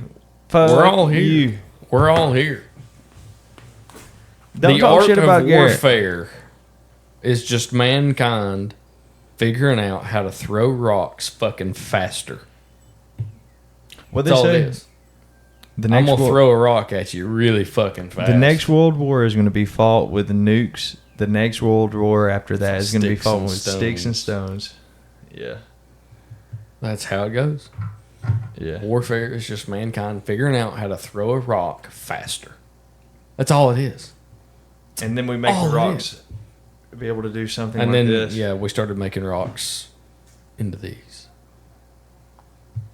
We made the rocks think. we did. Garrett is like, Yeah, my brain is like completely fucking this is fried. a thinking rock. This is Oh, all. no. It's a I know. rock This that is too. thinks. This is too. That Shit. everything. This is all just rocks that think. This is an inanimate retarded to me. object. It's not inanimate. This is just atoms. That's all it is atoms. Plastic. Stardust. Atoms. Stardust. It's atoms that have But said at I'm the- solid. Fairy dust. It doesn't fucking exist. No, I'm We talking about- observe it, so it's real. I'm talking about like the total, like the absolute core of everything is, it's all stardust. Stars blown up, and it Yeah. comes together. I can believe that. Sorry. Really? I don't like them putting chemicals in the water that turn the friggin' frogs gay. Crap. Okay. On another note, we did. So you know how we've been working down here in Holcomb. Man, you were like hitting the curb hard as fuck on that transition. Totally different conversation. What? Turning the frogs gay. So you know how we've been working down here in Holcomb. Yeah. We did 3 patch jobs in one day. What is it? Mama's home.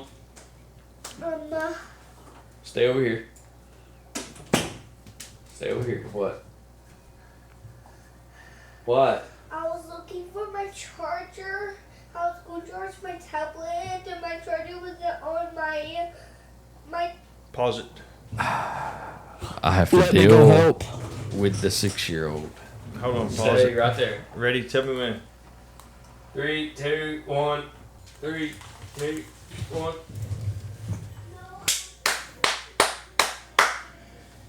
We're done. Sorry if I wasn't here for very long. Look at him back there just flexing.